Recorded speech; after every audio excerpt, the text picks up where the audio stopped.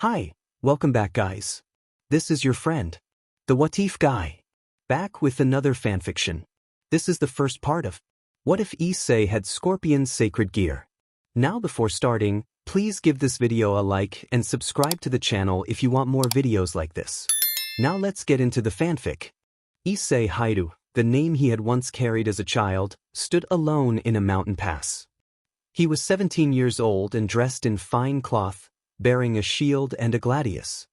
He faced the man he had grown to despise and a bespectacled woman he did not recognize. Julius told Issei that he had caused quite a bit of trouble and called him Scorpion. Issei insisted that Scorpion was not his name and demanded to be remembered. He accused Julius of taking him from his family, forcing him to fight, and killing his closest friends. Julius dismissed those losses as insignificant, calling them bugs and saying they had to be removed. Issei answered that they had to go, and he lunged for Julius, shouting that Julius's head should be next. The man simply smirked and held his ground. The woman beside him vanished and reappeared behind Issei, seizing him and rendering him unconscious with a glowing purple circle. Julius remarked on how troublesome the young gladiator had been and how he had to summon help. The other man Julius explained to the woman that the young man had been the greatest gladiator of all time, inventive, undefeated, and profitable, but prideful enough to spark a rebellion and topple several detachments of Julius's forces. The woman questioned why Julius would go to such lengths for one boy, and Julius answered that the boy had to pay, since he had also undermined political allies the woman needed. The woman, irate, demanded to know how Julius's forces had failed to protect those allies. She introduced herself with a sharp fury and described how the man had been stronger than anyone she had seen, nearly destroying her own household and leaving her lucky to escape. She lashed out at Julius with threats and curses. Julius tried to calm her and revealed that he still possessed the most important item, the sword she had been searching for. When she asked if it was Excalibur, he confirmed that it was indeed his prize. With Excalibur in hand, Julius told her he would not kill him yet and asked what they should do with the unconscious young man. Julius said he had a plan and invited the woman to assist. She grinned at Issei's prone form. Issei awoke with a start and tried to lunge forward, but glowing purple chains held him in place. He demanded to know what was happening. Julius told him that this was punishment for defying him. Issei spat Julius's name and demanded to know the reason: money or power. Julius replied that his aim was power and that he intended to become emperor of Rome one day. Issei saw the woman watching from beside Julius and demanded again what they were doing to him. The woman told him plainly that he would be entombed and locked beneath the sea forever. She explained that he would not age or require sustenance, but he would remain awake and likely go mad. Issei begged and struggled against the chains, asking why they were being so cruel. The woman answered that although she did not care why he had toppled Julius's house or defeated the Roman forces, he had destroyed the political allies she needed in the three-way war. He had interfered and could not be forgiven. With a final cold remark about ancient tombs, the woman sealed the lid, and the teenager's roars faded as the sarcophagus closed. A long time passed. 2,281 years later, Azazel contacted Xerxes over a secure line and asked him to meet in Naples. Azazel told Xerxes that he had discovered what he believed to be the body of the gladiator who had prevented the devils from winning the original war. Xerxes agreed to come and said he would bring others if necessary. Azazel told him to do so and that he would wait. Hours later, several magical bubbles rose from the underwater lake and released a small group of devils. Azazel greeted their arrival and noted that the discovery could finally answer many questions. Xerxes joined him. He was tall with long crimson hair and wore an expensive robe with armored pauldrons.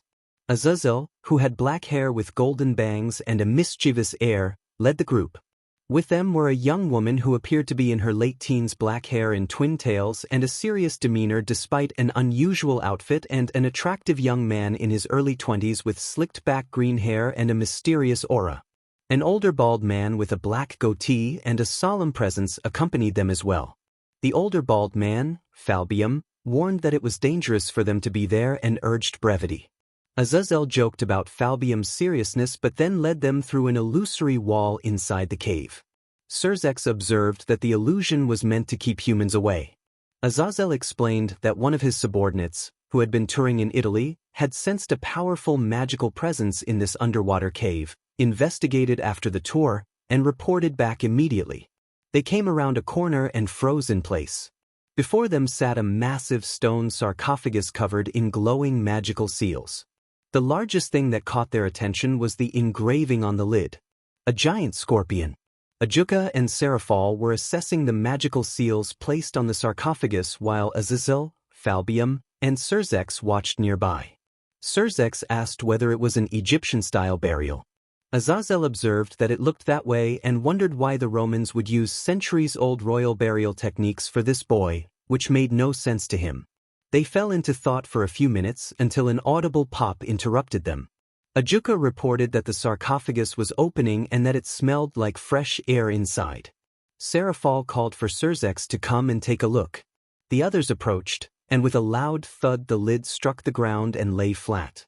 Inside was a boy who appeared unharmed, as if he had not decomposed. Azazel wondered aloud if the boy was alive. He then explained they should find out. The boy's eyes opened and, with a sudden burst of motion, he sprang out and lunged at Serafal, producing a dagger and moving as if to threaten her. Serafal reacted quickly and held his arm, stopping the attack just in time. Azazel placed a magic circle beside the boy's head and used it to render the boy unconscious, gently removing him from the queen. The devils felt no anger at the boy. He was human, but then they heard a troubled, uneven breathing. Azazel realized one of the seals had been a curse and that the sarcophagus had functioned as a torture device. He attempted several healing and rescue spells, but the boy's breathing remained labored. xDoug offered to attempt to resurrect him, as a devil to stabilize him.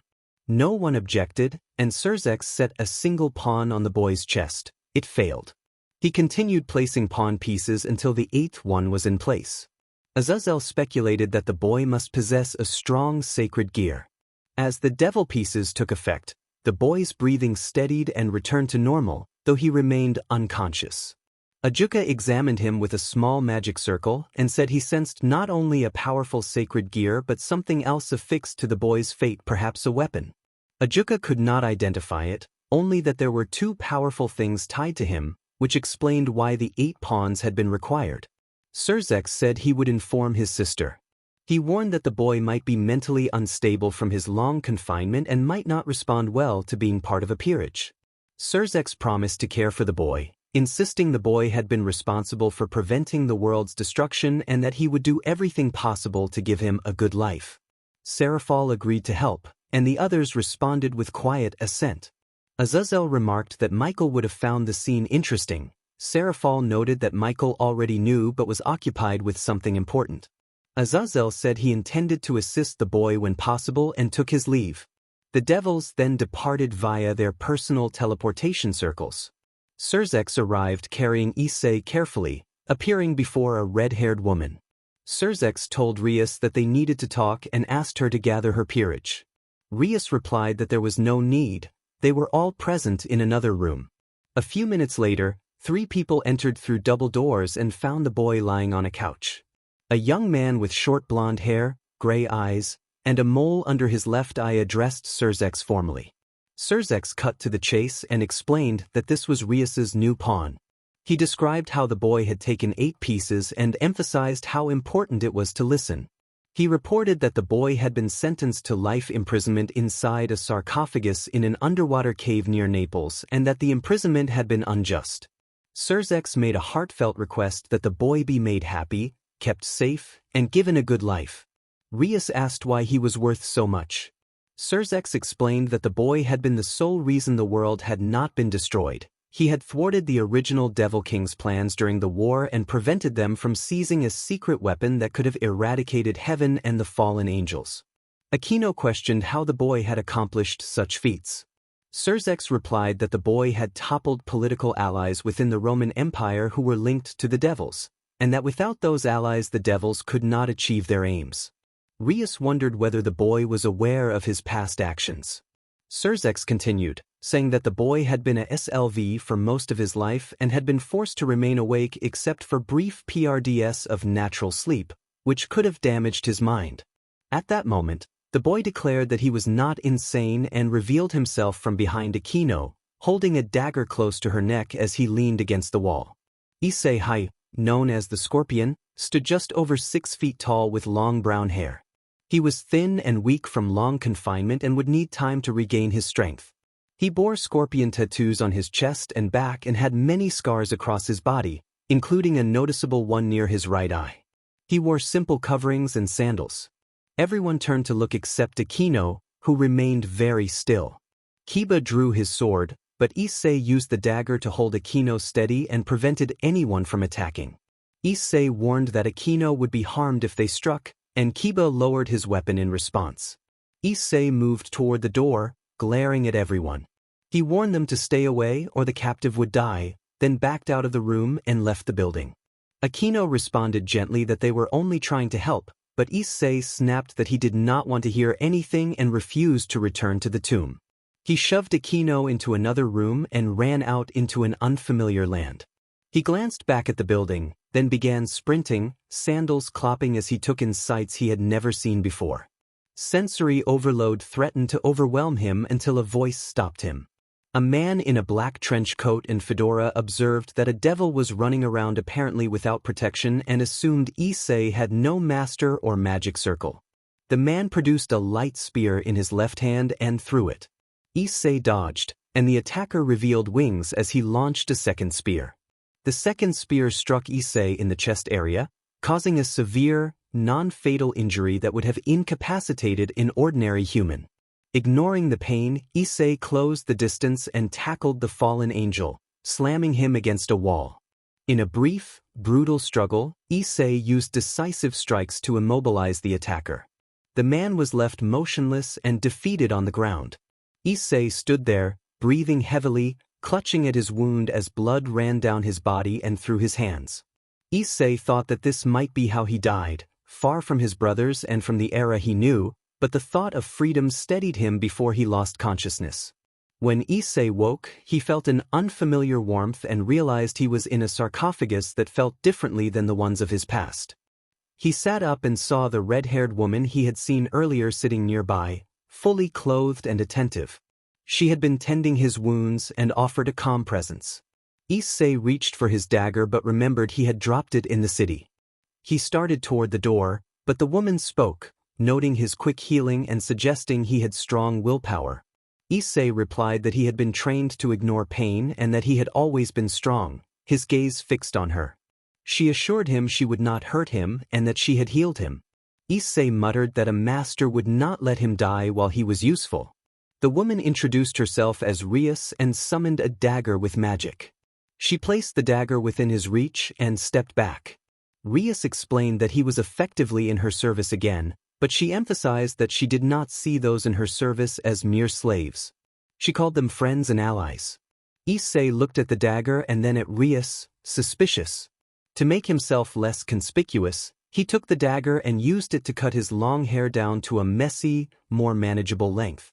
Rias said that the era he remembered was gone and that he was now in a different country and time. She denied being the person who had sealed him away long ago and suggested that most devils would not condone such cruelty. Issei asked what came next. Rias said she planned to rest and to go to school the next day. Issei repeated the word school with surprise. Rias explained that there was much to learn and that the world had changed. She offered to show him and help him understand this new age. He agreed and tossed the dagger onto a desk before taking one of the blankets. Rias kept the other. When Issei said he did not want to sleep in the same room, Rias asked whether he did not trust her yet. He answered no, climbed out the window, and lay on the flat porch outside with his blanket. He used his arms as a pillow and closed the window behind him. Rias watched and allowed herself a small smile, thinking this was a start. About 5 hours later, Issei woke to the warmth of the sun. He stood slowly, oriented himself, and remembered the night before. The window opened and Rias appeared, fully dressed and composed. She told him that breakfast was ready and that Akino had prepared food for everyone. Rias indicated that his clothes had been chosen and placed on the desk and invited him to get dressed. Issei dressed with some difficulty and followed Rias down the stairs, guided by the scent of cooking. He wore beige cargo pants and a white t-shirt with a scorpion design. Entering the combined kitchen and dining room, he noticed others at the table. He observed internally that the group ate together, and the occupants glanced at him briefly before returning to their meal. Rias invited Issei to sit and reassured him that they meant him no harm. Issei sat next to a short white-haired girl who glanced at him and tightened slightly. He expected that after his actions the previous night. The woman he had held at knife point took a seat across from him, and Issei stiffened for a moment. The woman told him she would not retaliate and introduced herself as Akino. The red-haired girl introduced herself as Rias. Kiba gave his name, and Kaneko spoke hers softly. Issei quietly offered his full name, Issei Hyoudou, and said it was a pleasure. He began to eat, and his eyes widened and jaw trembled when he tasted the food the woman had prepared. He ate slowly, savoring each bite, and the others noticed his reaction but remained silent and let him enjoy the meal. 30 minutes later, after 2 more plates for Issei, they walked toward the school, about half a mile away. Akino smiled and mentioned he could walk alongside them. Issei fell in step beside Kiba, who smiled in return. Kiba asked how Issei liked their world so far. Issei said it felt different. The air seemed dirtier than he remembered, and the ground was green rather than the deserts and extremes from his past. When Kiba asked if it was better, Issei admitted most of it was preferable but the air quality concerned him. Kiba nodded thoughtfully and went silent. Akino said she thought Issei would like staying with them, but Issei expressed doubts. He noted that his master treated them with kindness and respect, allowing them to eat and walk alongside him despite the social inequality that existed. Kiba looked up at the sky and explained that no one was truly equal in their world, and that while many human societies lacked formal slavery, equality was not the norm. Life could still be good regardless. Issei agreed softly. Akino smiled and said she was glad he was willing to stay and that they would have let him go if he chose. Issei said he did not know much about the modern world but appreciated their willingness to teach him. He was not being mistreated and had freedoms that made the situation tolerable. Rias grinned and promised they would help if he needed anything. They entered the large school building and split up, leaving Rias, Akino, and Issei to head toward a room. Rias explained that, for now, Issei would not attend regular classes. She preferred to have him settle in and prepare for life in their world before meeting the other devils. She intended for Akino and herself to take turns tutoring him in basic subjects to bring him up to speed. Issei said he already knew some things and had a good education in his time. Rias chuckled and said they would test him but assured him that as a devil he could learn quickly. She asked him to wait about 30 minutes while they prepared for tutoring, and Issei sat in a chair as the 2 women left. The day passed slowly for Issei, but the tutors reported he was doing well. He had basic addition and subtraction down, though multiplication and division needed work, which was expected given his background. They taught him other mathematical concepts, and his quick learning suggested he would need only a year or 2 of private tutoring to be fully modernized. He was not unintelligent, only from another era. With the school closed to the public, Rias, Akino, Kaneko, and several other women gathered in the school's private bathhouse reserved for devils. Sona, a woman with black hair in a bob and violet eyes behind glasses, mentioned the new servant Rias had taken in and that her sister had said he had been locked away for many years despite his innocence. Rias confirmed he was at the school and that she and Akino had spent the day helping him learn math. Sona asked how long he might have been imprisoned. Rias said the clothing suggested a time around Greek and Roman PRDS, though he could have been a SLV at various points in history. Rias added that her brother's information pointed to a PRD before the Great War, leaving a wide historical span. When Sona asked if he was dangerous, Rias admitted he had been. She recounted that he had once held a knife to Akino and used her as a hostage before fleeing, and that he later fought and defeated a fallen angel but had collapsed from his injuries. Sona questioned whether Rias had allowed him near them afterward, and Rias said she had put her trust in him. Sona commented that the choice was bold, and Rias smiled and said she hoped to give him a happy life. A short time later, Issei entered the bath area properly dressed and respectful, and the conversation moved on. Rias introduced Sona Citri, explaining that she was one of the devils Issei had not been meant to meet yet and that fate had other plans. Rias described Sona as the sister of one of the devils who had rescued Issei from his tomb, and noted that Sona was not like her. She could be considered cold and calculating, cautious and cunning rather than openly cruel. Issei tilted his head and asked Rias if she was the impulsive, head-first into danger type. Sona and Aquino chuckled at Issei's observation, and Rias huffed in response, which made the two women laugh. Sona then asked Issei what time PRD he had come from and what he had done. Issei answered that he had been SLV within the Roman Empire. Sona nodded that this meant he was from at least 2,000 years ago and pressed for more detail. When Issei refused to discuss the matter further, the devils were briefly alarmed but quickly calmed when they saw his discomfort. They moved on to lighter topics, and the evening passed with quiet conversation. Later, Issei set up his sleeping quarters and spent time familiarizing himself with the new surroundings and technology. He experimented with light switches and electricity, and once accidentally stuck a metal fork into a socket and shocked himself. Aquino hurried over to check that he was all right, laughed at his mistake, and left him looking guilty but unhurt. A week passed since Issei had arrived in the new world. He attended school regularly and received tutoring from Aquino, Rias, Sona, or Tsubaki. Tsubaki served as queen and right hand to Sona. Despite Rias's initial concern about introducing him to Sona and Tsubaki, Issei found them reserved but not unkind. He had met Sona's peerage and observed no signs of mistreatment, so he held no ill will toward them. Modern conveniences like toilets, running water, and electricity still took time for him to get used to. On one occasion, Aquino gently confined him to a room until he calmed down after a frightening encounter with the internet. She teased him about it afterward. For the week, Issei spent most of his time with Aquino, and their relationship grew friendlier despite a rocky start. He interacted least with Kaneko, who was rarely around except during meals. Rias and Aquino decided to encourage more interaction between Issei and Kaneko so they could become friends.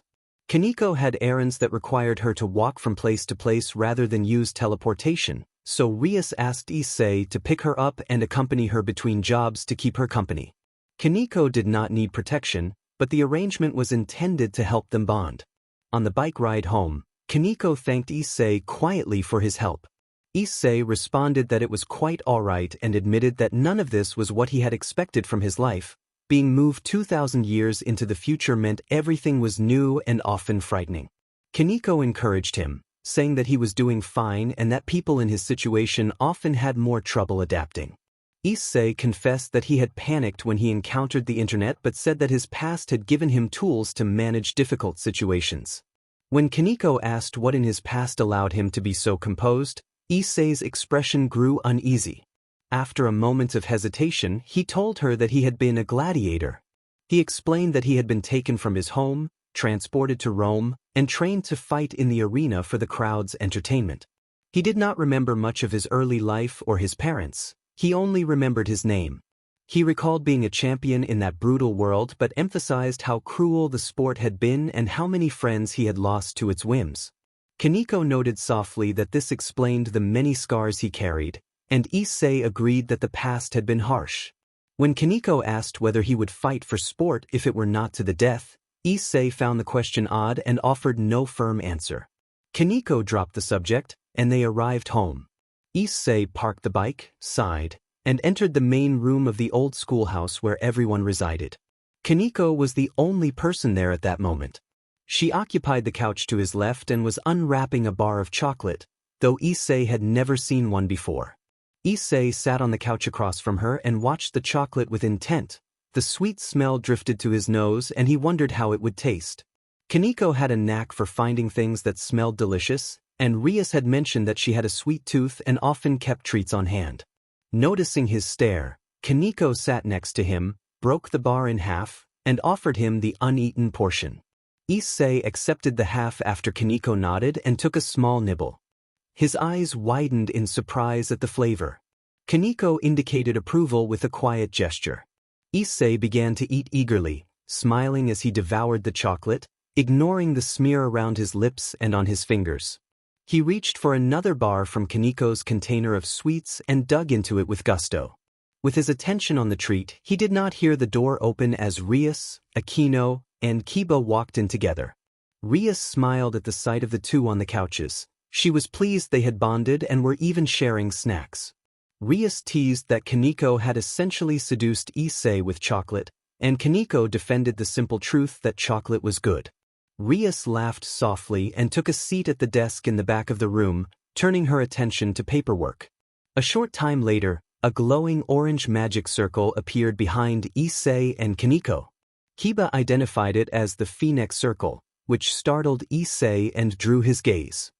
He and the others stood together as the circle produced a tall, spiky blonde man who turned and smiled with obvious arrogance. He announced himself as Riser Phoenix, returned to the human realm, and made a pointed show of addressing Rias as his beloved. Graphia stepped forward from the white circle that had opened, bowing and indicating she had come to ensure nothing went wrong. She introduced herself as Graphia, Lucifer's queen, and explained that Riser was Lord Riser Phoenix, the next head of the House of Phoenix and a pure-blooded devil. When Issei asked about pure-blood devils, Aquino explained that some devils were full devils, having never been human or any other race before. Riser's manner was condescending. He remarked that Rias had chosen a foolish new servant and implied Issei had much to learn.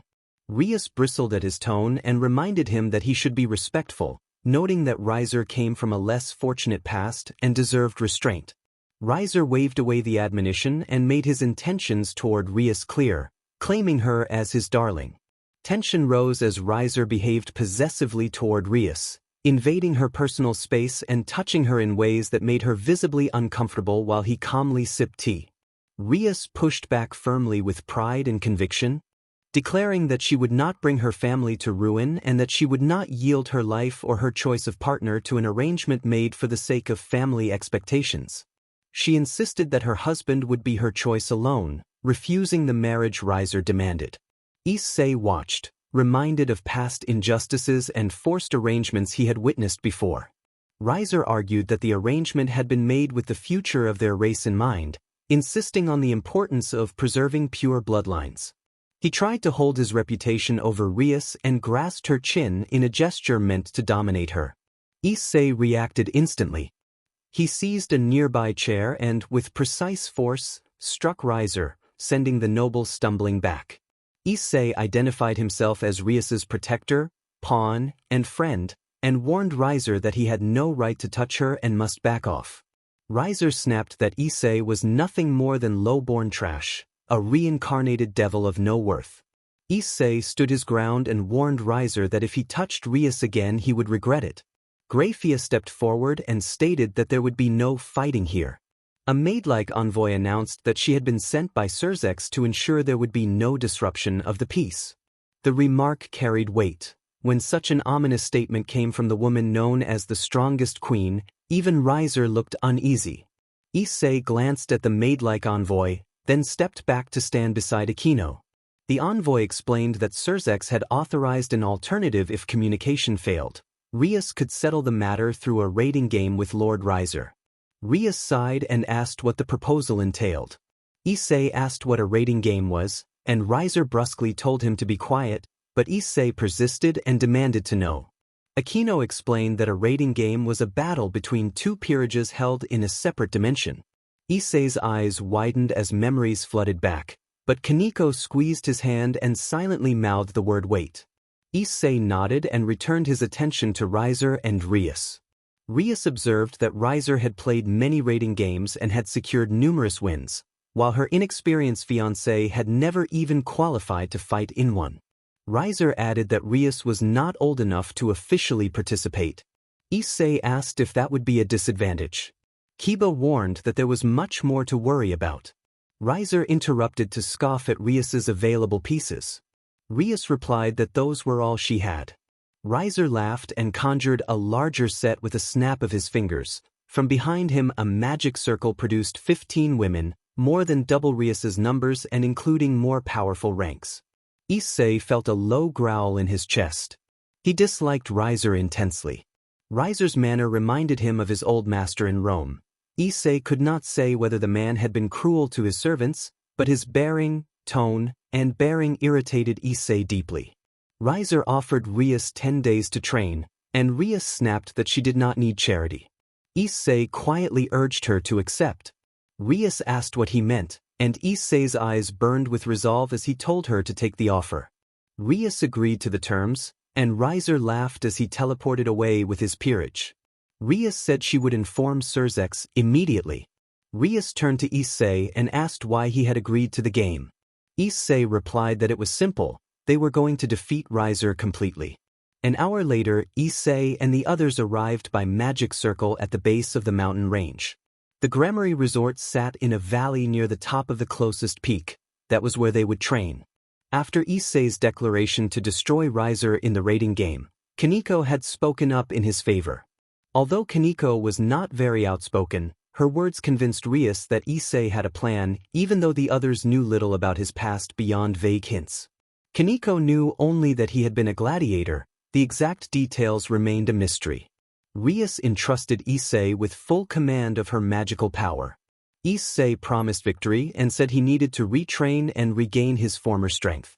He had lost speed, durability, and flexibility while imprisoned in a stone sarcophagus. The magic that had prevented decomposition had not been perfect. He had aged very slowly and perhaps gained 1 or 2 years while entombed. With Rias's power transferred, Issei prepared to make the climb up the mountain in heavy gear reminiscent of his gladiator days, though now the weight was greater because he was a devil. The others accompanied him despite his reservations. He had explained that the core of his training would be solitary. He knew what was needed to restore himself. After about 3 hours, Issei reached the top of the mountain, arriving last but carrying a load comparable to Kaneko's immense burden. He wondered aloud why the small female seemed as strong, if not stronger, than himself. Rias explained that Kaneko was a rook. Akino laughed and said Issei needed a full explanation. Rias then described the Devil Society's evil peace system, adopted after the Great War. They had adapted human chess for reincarnation, the king as leader, the queen as the right hand with combined strengths, 2 rooks with superior defense and strength, 2 knights with superior speed, 2 bishops with superior magical power, and 8 pawns that could gain the abilities of other pieces. Kaneko's role as a rook granted her strength and defense. Kiba was a knight, and they currently had no bishops. Rias noted that Akino was the queen. Issei found the system intriguing and asked Rias for access to training items, many wooden swords, heavy weights, and sturdy wooden dummies. Rias agreed and asked for a full list so she could procure everything. The others unpacked and set up camp at the resort while Issei prepared his equipment. About an hour later, Issei had gathered all the requested items into a large backpack. He told Rias that for the next 10 days he would train alone unless he needed assistance, in which case he would teleport to her using a magic circle. Akino had given him lessons in the necessary magic, so he would be able to reach her if needed. Rias questioned Issei about why he had been staying away, and he explained that it had been part of his training. He promised her that he would win, and Rias believed him. With that settled, Issei activated a magic circle and teleported away to the largest mountain in the world. After setting up camp and re-establishing magical barriers to keep humans away, he began his regimen. The backpack he carried had enchantments that made its contents weightless. He attached weights to it equal to the pack he had used the first time he climbed toward the Grammary Resort. He walked up and down Mount Everest for hours at a time, climbing 2,000 feet and descending repeatedly as he increased the load. The thin air and brutal conditions made the place excellent for training. 9.5 days later, Issei decided to end his isolation. The raiding game was the next day. During that PRD he had trained on Mount Everest for 9 full days, and had spent half a day with Akino to learn more about sacred gears. He had met with Akino early on the second day before returning to the mountain. He had become more familiar with his sacred gear and practiced using it alongside a sword during exercises. His regimen alternated daily between weight training and weapon work, including hand-to-hand drills that resembled boxing. The physical drills included weighted marches through deep snow, lifting stones with a pulley he improvised on a rock outcrop, and using a steel blade Kiba had forged for cutting practice. He mastered jump rope for conditioning and ran off-trail with additional weight. He trained every aspect of his body. When his preparations were complete, He sent Rias a message that he was ready for the raiding game but would not spend the rest of the day with the peerage. He planned to relax at a hot spring as he had done in the past. He also requested that Rias obtain a final item, a cloak designed with specific requirements. Rias trusted him and accepted the risk. On the day of the raiding game, Issei prepared beside a magic circle near his bed. He steeled himself and stepped into the circle. When he arrived at the arena, several members of Rias's peerage, including Rias, gasped at his transformation. Issei's physique was thicker and more muscular, not like a bodybuilder's bulk but compact and powerful. His hair was light brown and cut into a spiky, messy style, and his chocolate brown eyes shone with excitement. Issei announced that he had returned to his former strength and intended to reveal the details when the game was over. Graphia, servant of Surzex Lucifer, declared that she would serve as the arbiter for the match and informed them that they had 5 minutes before the fight began. Rias stood and displayed a map of the school grounds, explaining that the match would take place in a dimension created for the games, an exact replica of the school and its grounds. Issei reviewed the map and instructed Rias to have him confront their opponents head-on with no tricks or stealth. He asked Rias to set up a means to observe his actions, suggesting a magical camera or similar surveillance. Rias reminded Issei that she was placing her life in his hands.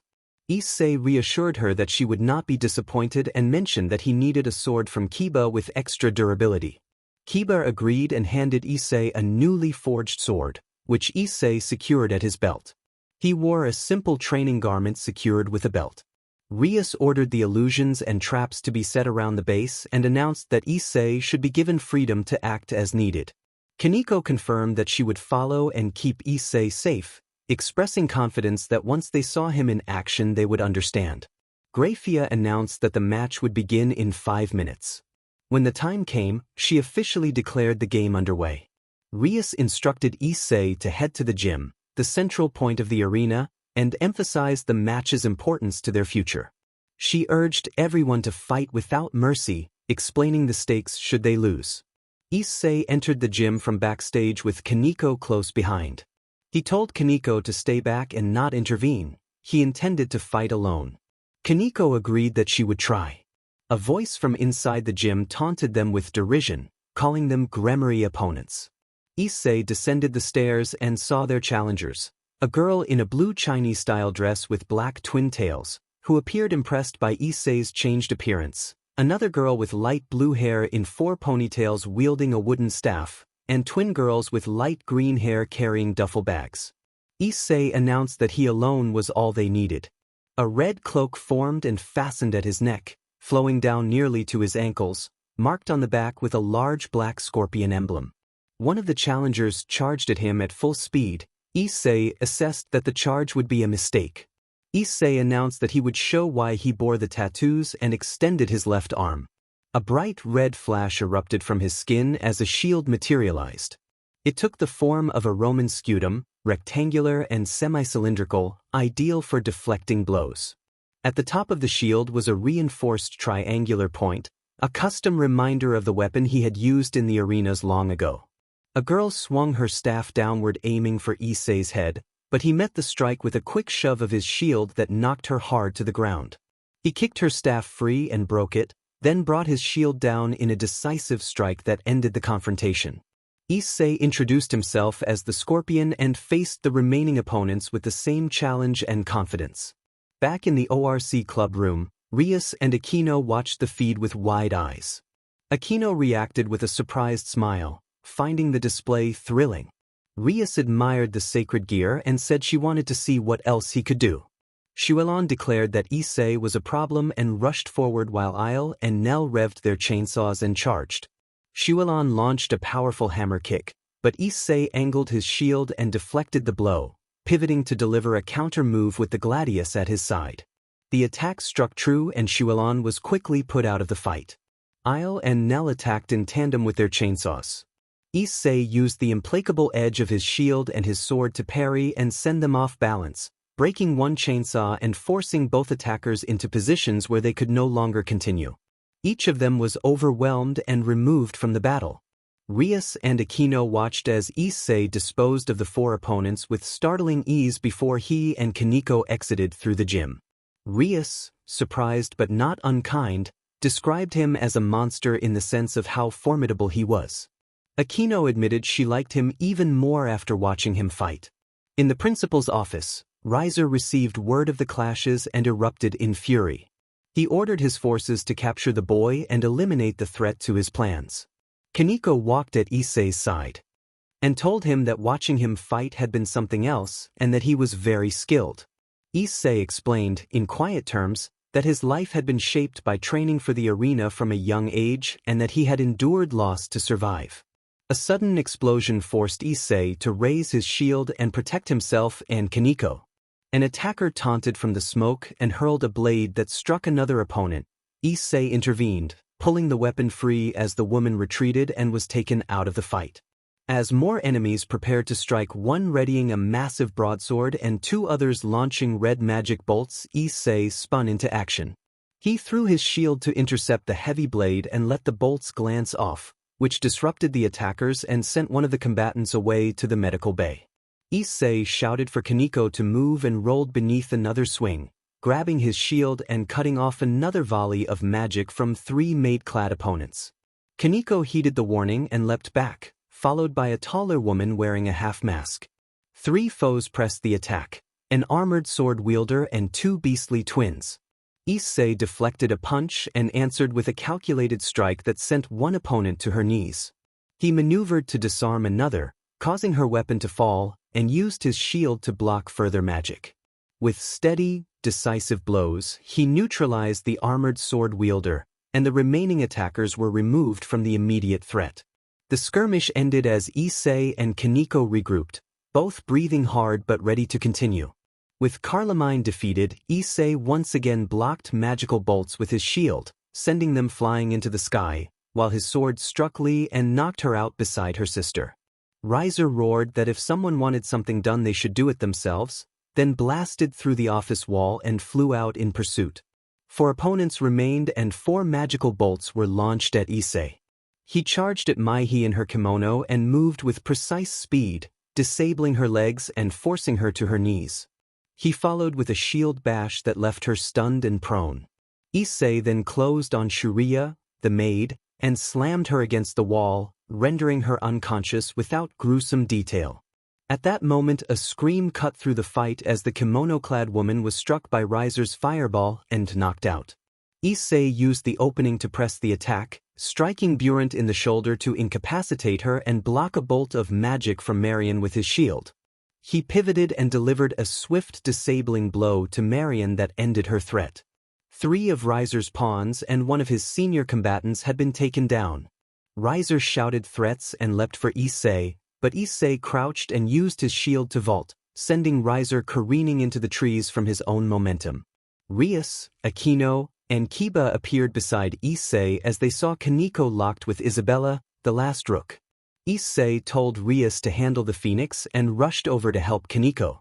He quickly disabled Isabella's legs, then used his shield to knock her aside and leave her out of the fight. With every member of Riser's peerage defeated, Issei slumped against the gym wall and watched as Rias and her group pressed the advantage, overwhelming Riser each time he tried to recover. He was exhausted and breathing heavily, but his injuries were minor. A stray magic bolt grazed his thigh, though he had barely noticed it in the chaos. A shadow passed over him and Issei instinctively reached for his sword, but the newcomer raised her hands in a placating gesture and sat down beside him. She explained that she was not a fighter and preferred to watch rather than join the fray. Issei recognized her as Ravel Phoenix, and she confirmed her identity, noting that he had trained hard since their challenge. Issei acknowledged that the training had paid off and then, bluntly, told her that the peerage had relied heavily on the Phoenix's power and had been carried by it.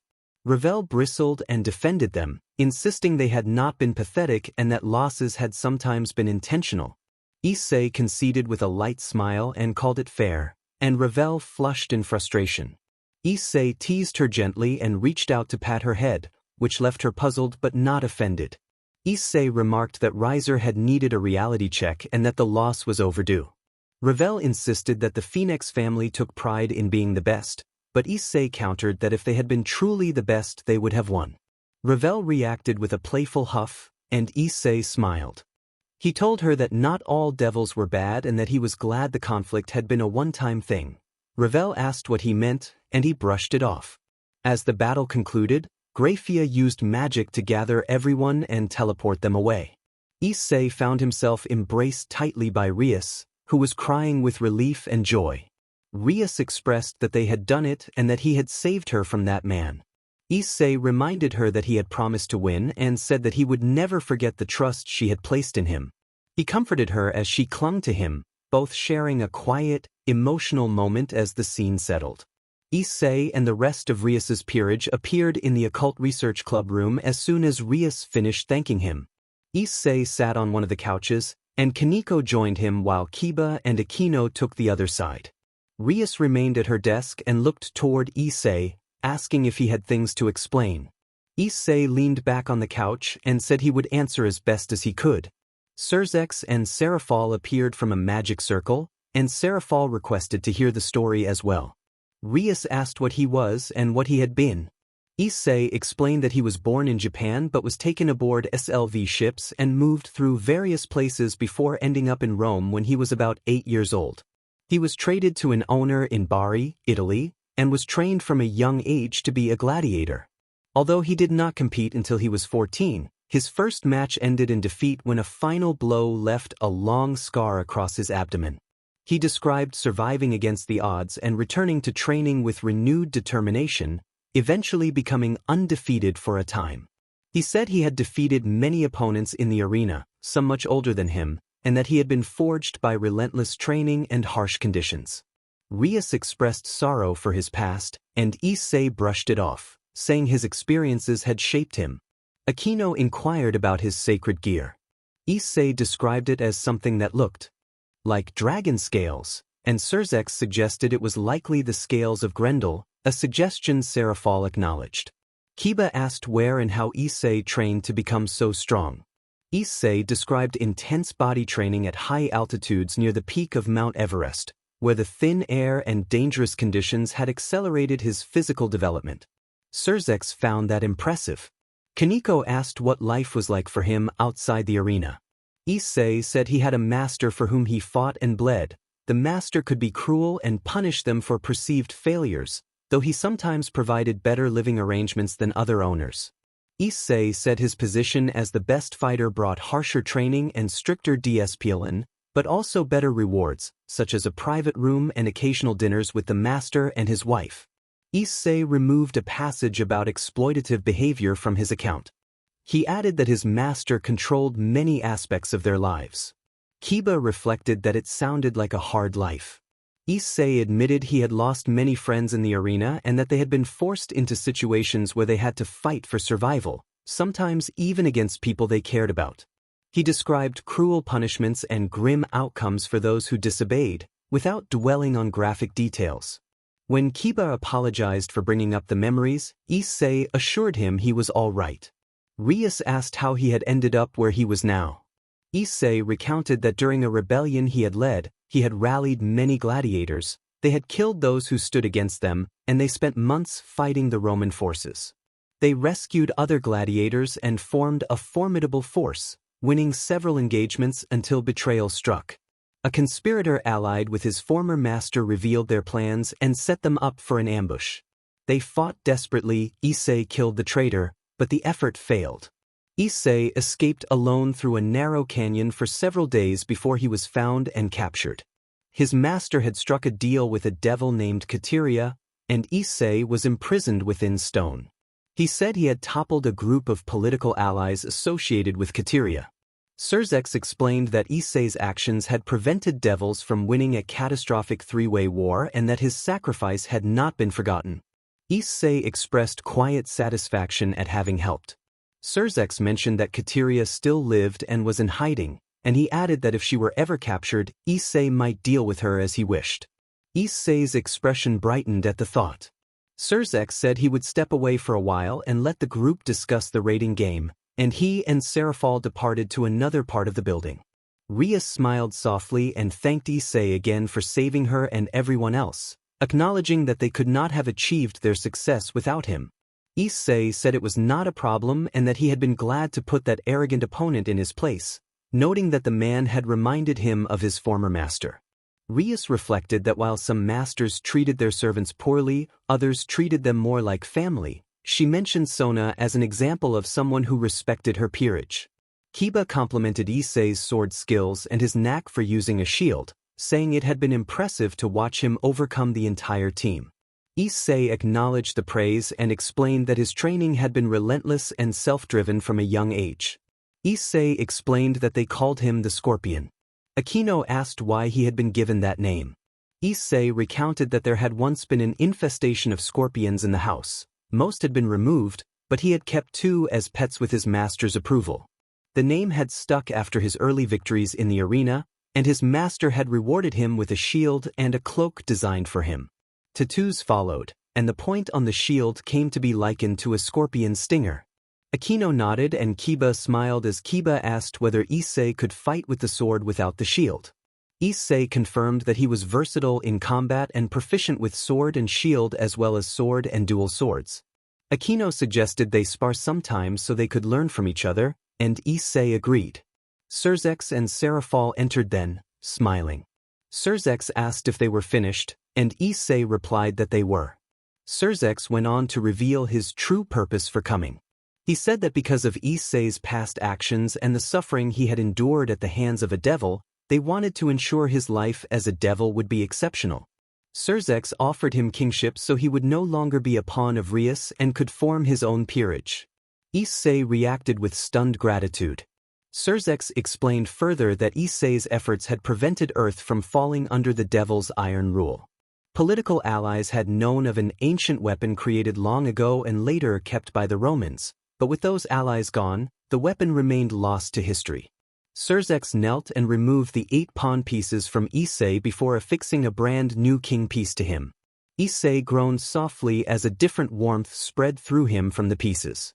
Surzex told him that, as king, he would be granted a house and land in the underworld and that this was only the beginning of what would be given to him. Issei asked what would happen with Rias and the others.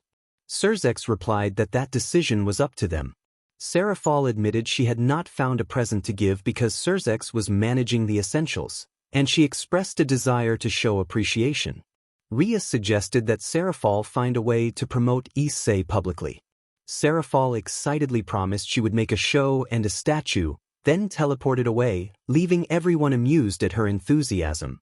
Kiba chuckled, and Issei smirked as he remarked on Serafal's silliness. Kiba confirmed that Serafal was indeed the queen of the underworld. Surzex then placed the remaining 15 chess pieces on the desk.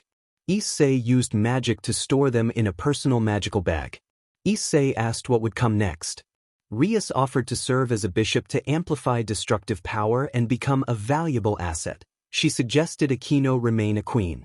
Issei accepted the arrangement. Through a complicated magical procedure, Rias's king piece was removed and replaced with a bishop piece. Each person who changed pieces reacted with soft, surprised exhalations as the new warmth passed over them. The reactions were gentle and composed rather than anything NTMT. Issei scratched his head and admitted that being a king felt strange. Akino teased him and addressed him as master with a playful wink, causing Issei to blush and look away. In a church in the nearby town, 2 cloaked women prepared to bathe in the small bathhouse. Zenobia expressed concern about their plan, and Irina reassured her, saying she had grown up there and knew the place well. Later, Issei found himself in an unfamiliar but harmless situation. 2 companions had fallen asleep beside him and were resting close in a comfortable, nonny way. They were modestly dressed and simply kept him company through the night. Issei felt confused by the closeness, unsure whether he liked it, but he did not dislike it. He noted to himself that they looked calm and beautiful. Issei understood why Riser would want to marry Rias. Rias woke and smiled at Issei, greeting him good morning with a wink. Issei sighed and told her that he did not like being called master because it felt strange.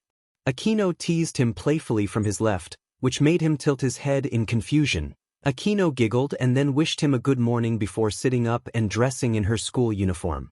Rias explained that she did not like sleeping alone and had been curious to see how it felt to sleep next to Issei. She found it pleasant and hoped he was not upset. Issei said he was not angry, only confused, and added that it would be difficult to make him truly angry. Akino said she had made a spur-of-the-moment decision to sleep nearby as well. Issei allowed them their choice and got dressed in his men's school uniform, preparing to attend at least one class on campus despite receiving private lessons. For breakfast, Issei demonstrated what he had once eaten: 2 loaves of French-style bread cut into pieces, with wine poured into several bowls for dipping. Kiba was surprised by the choice. Issei explained that this had been a common breakfast for the lower classes in Rome, and that gladiators often fared even worse. He took a bottle of honey and said they could use that too, since he enjoyed bread with wine. Everyone sampled the bread and wine. Only Akino seemed to enjoy the combination, while the others preferred honey, Kaneko showing a particular sweet tooth. Issei described the gladiators' usual diet, which focused on plants such as legumes, beans, and barley, with plain oats sometimes for breakfast. Kiba wondered about calcium intake, and Issei recalled seeing strange preparations in the kitchens that were unpleasant but likely nutritious. Kiba remarked that it all sounded horrible, and Issei agreed that such was the life of a gladiator. When Akino asked about meat, Issei said it was rare and typically came as a reward after a victory, when an owner was generous, or when meat was about to spoil. Rias asked about the role of women in Roman society. Issei explained that women were often treated like property and had few rights. If a woman was a SLV, she faced many different duties and could be ordered to perform a wide range of household tasks. He noted that wealthy women could have influence but still lacked formal power. They could not vote or participate directly in politics, and most wives focused on spinning, household duties, cooking, and cleaning. Rias observed how much society had changed since then. Issei acknowledged the change but pointed out that some things persisted in different forms, such as contests where fighters represented others. Rias said their own fights helped rebuild strength after the Great War and gave lower-class devils a chance to rise in rank. Issei reflected that the old gladiator system had been uncompromising in its own way, and the meal continued in a thoughtful silence. Later, Issei waited outside the art classroom, a class he had chosen in hopes of enjoying it. The teacher announced a new student who had been born in Japan but rescued from remote SLV camps and therefore received private instruction. The class was asked to welcome him. Issei entered, surprising everyone who had expected someone unkempt. He presented himself calmly as Issei Hyoudou, bowed politely, and asked to be looked after as he took the only remaining seat between 2 classmates. The girl on his left introduced herself as Keites, a short-haired, pink-haired student, and the girl on his right introduced herself as Murayama, who had brown hair. Murayama asked how he had escaped slavery, and Issei replied that he had been rescued by Rias's older brother. Keites reacted with excitement at the rescue, and Issei responded modestly, shrugging that he supposed it was fortunate. When Keites asked where he lived while attending the school, Issei explained that he lived on the school grounds with the Occult Research Club. Keites expressed enthusiasm about his association with Rias and Akino. Issei confirmed and added that he also lived with Kiba and Kaneko. Murayama and Keites smiled and asked if he was adjusting well. Issei said he was doing fine and catching up in his private tutoring. The two offered their help if he ever needed it, and Issei thanked them, saying they were kind. When they mentioned they were still single, Issei thought it a pity and felt they deserved good partners, ending the conversation on a light, friendly note. He commented with a smile as he began to draw under the art teacher's instructions. Both girls blushed heavily. They thought he was a natural ladies' man, and he did not notice. Class went smoothly for the trio. The 3 of them talked about his life as a SLV and about life at the school. Issei answered honestly but kept his life as a gladiator to himself. Keites and Murayama invited him to find them after school because they were part of the Kendo club, explaining that Kendo was a Japanese sword martial art. They mentioned they were both 2 Dan, equivalent to 2 black belts. Issei said he was familiar with swords and might stop by to learn from them. Keites reminded him that practice required a wooden sword, and Issei replied that he would bring both a wooden and a steel sword. They said they eagerly awaited his visit. Lunch passed quickly for Issei. He spent the PRD with Kaneko in quiet company, enjoying food and sweets. After some private tutoring with Sona, the school day ended. At the ORC, Rias sat at her desk filling out paperwork to complete her transition from king to bishop. She asked after his day, and Issei said he planned to visit the kendo club to see what they offered. Rias asked him to be careful with the others. Issei explained he would use magic to limit himself to the strength of a strong human so no one would be hurt. Rias smiled, noted that the others had contract work to do, and said she would see him that evening. Issei nodded, shouldered both gladius swords, and left. He arrived at the kendo club without realizing two things. It was an all-women club, and the door he opened was the locker room where they changed. The sudden appearance made the girls scream. He bowed immediately to apologize, turned on his heel, and waited outside when he noticed the sign had been knocked down. A few minutes later, Keitase and Murayama led the other girls out. Keitase apologized for the knockdown sign. Murayama frowned and said the sign had been screwed on earlier, then asked Issei if he had seen anything. Issei admitted that he had seen them by accident and bowed, explaining it was not his intention. Keitase reassured him that it was not his fault and they forgave him. Murayama asked, with a teasing edge, what he had thought. Issei offered a respectful compliment, saying both women were very beautiful and that he spoke plainly without impropriety. The two of them were surprised by how candid yet sincere he sounded and called him a gentleman. He added that in his upbringing NDTY had been common and such offers were part of life there, but he had never pursued them because he wanted to escape. He had never been NTMT with anyone. The conversation quieted and shifted naturally afterward. Keitase and Murayama cleared their throats and Murayama stepped forward with a challenge to spar. Issei asked what sparring in kendo entailed. Murayama said he should do whatever he could to win but avoid intentionally hurting his opponent. Issei promised to be careful and apologized in advance in case he accidentally caused harm. He set the steel sword on a nearby rack and drew his wooden gladius. Murayama suggested putting on armor. Issei said he preferred protection only for his lower legs and forearms, and then he donned leather pieces. He bowed to Murayama before they began. Murayama moved first with a downward strike. Issei used his forearm guard to deflect the blow, then moved swiftly to press her back against the wall, holding the flat of his wooden sword lightly against her collarbone to halt her advance. The room fell silent in surprise. Murayama admitted aloud that he was fast, and Keitase observed his precision in redirecting the blade with his wrist. They reassured him that different styles were acceptable and that they would not force him to fight strictly by Japanese conventions. Issei bowed again as Murayama launched another sideways slash. Issei placed his left hand behind his back and began to block every strike, stepping backward and forward in time with each blow. After about 20 exchanges, she aimed for his left side. Issei used his wooden sword to come up from below, forcing her blade aside. With her weapon neutralized, he swept with his right foot and sent her to her knees.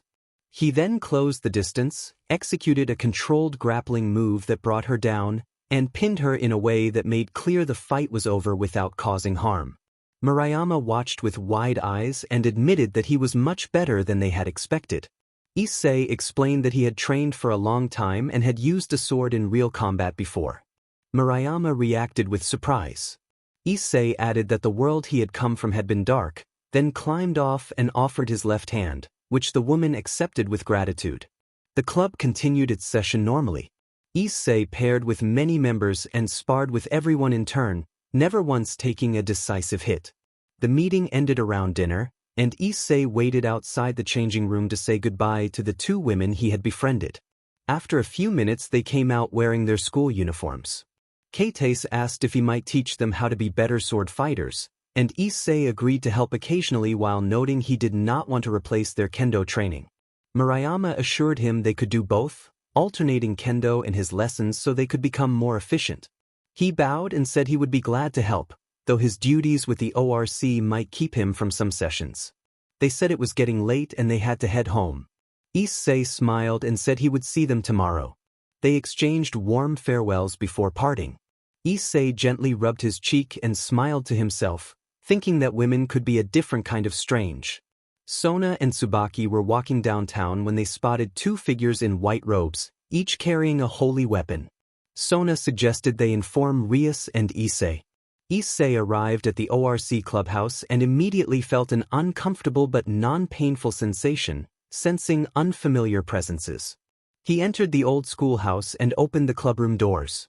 On the couch were two women in white robes with their hoods down, holy swords resting on their laps. Kiba looked unusually hostile toward the weapons. Issei made a mental note that Kiba did not like those swords and resolved to find out why. Rias introduced Issei to the visitors and explained that, while she owned the town, he was considered the master in training and decisions would be directed to him as he continued his training. The blue-haired woman, Zenobia, countered that she had come for the owner of the territory and would only defer to Issei once ownership was established. Issei raised an eyebrow and took a seat beside Kaneko to observe. Zenobia displayed a blunt attitude and expressed little respect for devils in general. She stated that devils were inherently different and superior. Irina remained quiet. Issei remarked with a grin that Rias could handle the business while he watched. Rias asked the purpose of their visit, noting she was not warned about anyone entering her territory. Zenobia said the mission was hush-hush. Irina explained that they could account for 6 of the 7 swords of Excalibur, 3 remained with the church and 3 had been stolen by fallen angels. Zenobia added that they carried 2 of the church's swords between them, one the sword of destruction and the other the sword of mimicry.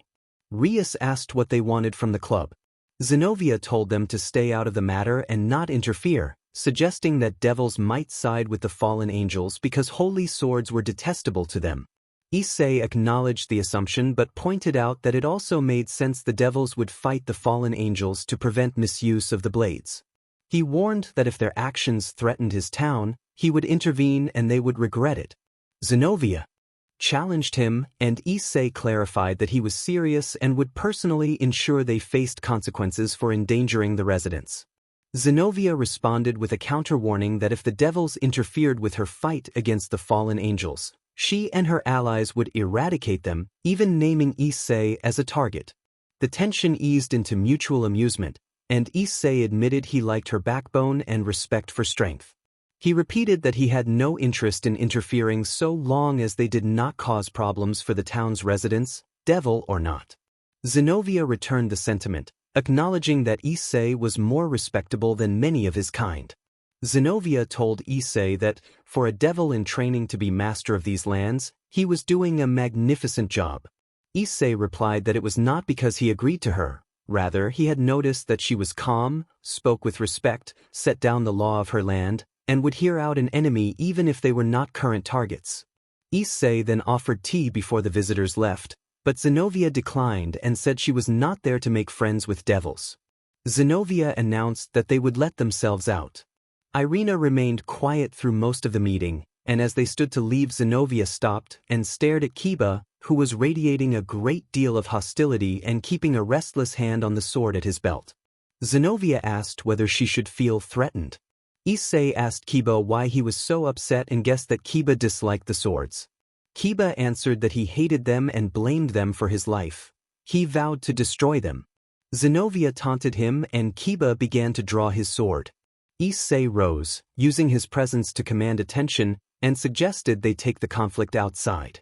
Rias protested, but Issei explained that he would allow Kiba to attempt to destroy something partly to indulge Kiba and partly because he wanted to learn more about the 2 priestesses. Issei reminded Rias that he was the master and asked her to trust him. Rias sighed and followed him, with everyone else falling in step. Kiba walked beside Zenobia, and Irina walked next to Issei, who kept his hands behind his back. After 10 minutes of combat, Kiba was defeated. He lay on his stomach, clearly injured and exhausted, while a large crater marked the battleground about 50 yards across. Rias stepped forward to help him and administered a small dose of Phoenix Tears to aid his recovery. She then turned to Zenobia, who watched as Kiba looked up at her. Issei told Rias that she was not the one Zenobia needed to satisfy and suggested that Zenobia should address him instead. Rias deferred, and Issei directed his attention to Zenobia and Irina. He asked who had masterminded the theft of their swords. Zenobia replied that it had been one of the leaders of the Grigori Kokabile. Issei, surprised, admitted that he had been frozen in time for over 2,000 years and had only recently awoken to the magical world. Aquino commented that Kokabile was a leader class and that none of them could hope to stand against him, though they thought Issei might. Aquino said she had seen Issei in combat and believed he could be on equal footing with the fallen angel. Issei smiled and accepted the compliment.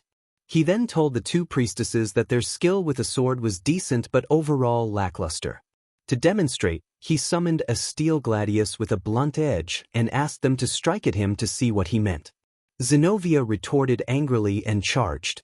She leapt and swung down, but Issei sidestepped, caught her leg, and brought her rapidly to the ground. He pressed the blunt tip of the sword against her throat to control her. At that moment, a quick strike grazed Issei's back. He turned to find that Irina had used a katana in a sudden move. Issei remonstrated with Irina for what he called an underhanded move, and she defended herself by saying she had acted because he had nearly killed Zenobia. Issei then tapped Irina's arm with his blade to show that it was blunted and praised her strike, calling it unexpected and effective. He criticized Zenobia for rushing in without thinking, saying she had left herself wide open. Issei reflected that he had sensed something interesting about the encounter and suggested he might possess some resistance to holy power. Zenobia stood up and readied her sword again. She challenged Issei to show what he really had, and he agreed. He asked Aquino to prepare tea and snacks for later, noting that he would enjoy Aquino's tea again. Aquino agreed and asked him not to hurt their guests too severely, since they did not want trouble with the church. With his back briefly turned, Issei anticipated Zenovia's next attack. She advanced and struck. He met the strike by swinging his sword back to block Excalibur from landing. He praised taking any advantage over an opponent and warned that honor alone would not win a fight. After pushing Zenobia back with a measured motion, Issei allowed her to press forward again. Zenobia slashed and he met each strike, blocking and retreating in a controlled drill, testing and training them in turn. The training continued for 3 hours, with a short snack break midway. Irina joined the sparring, and Issei approved of her involvement. He fought without summoning his shield to keep things more serious. They managed to touch him a few times with shallow strikes, but nothing severe. The session remained controlled and energetic, more like a fast-paced anime duel than anything gruesome. By the end, Issei had soundly outperformed them overall, while offering corrections and encouragement. When Zenobia and Irina packed up their swords, Issei told them they were decently trained and only needed a bit more practice. Zenobia, impressed by his skill with a sword, commented on Issei's knowledge and ability. Irina asked where he had been trained, and Issei replied that he had been trained in ancient Rome. Irina asked what he meant, and Issei smiled, offering to meet them the next day for lunch so he could explain.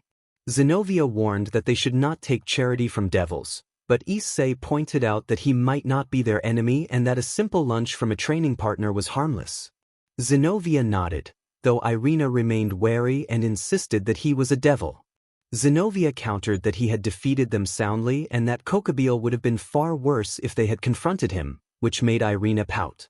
Issei chuckled and agreed. Issei proposed meeting at the fountain in the town square around 11. Zenobia nodded and said it had been good.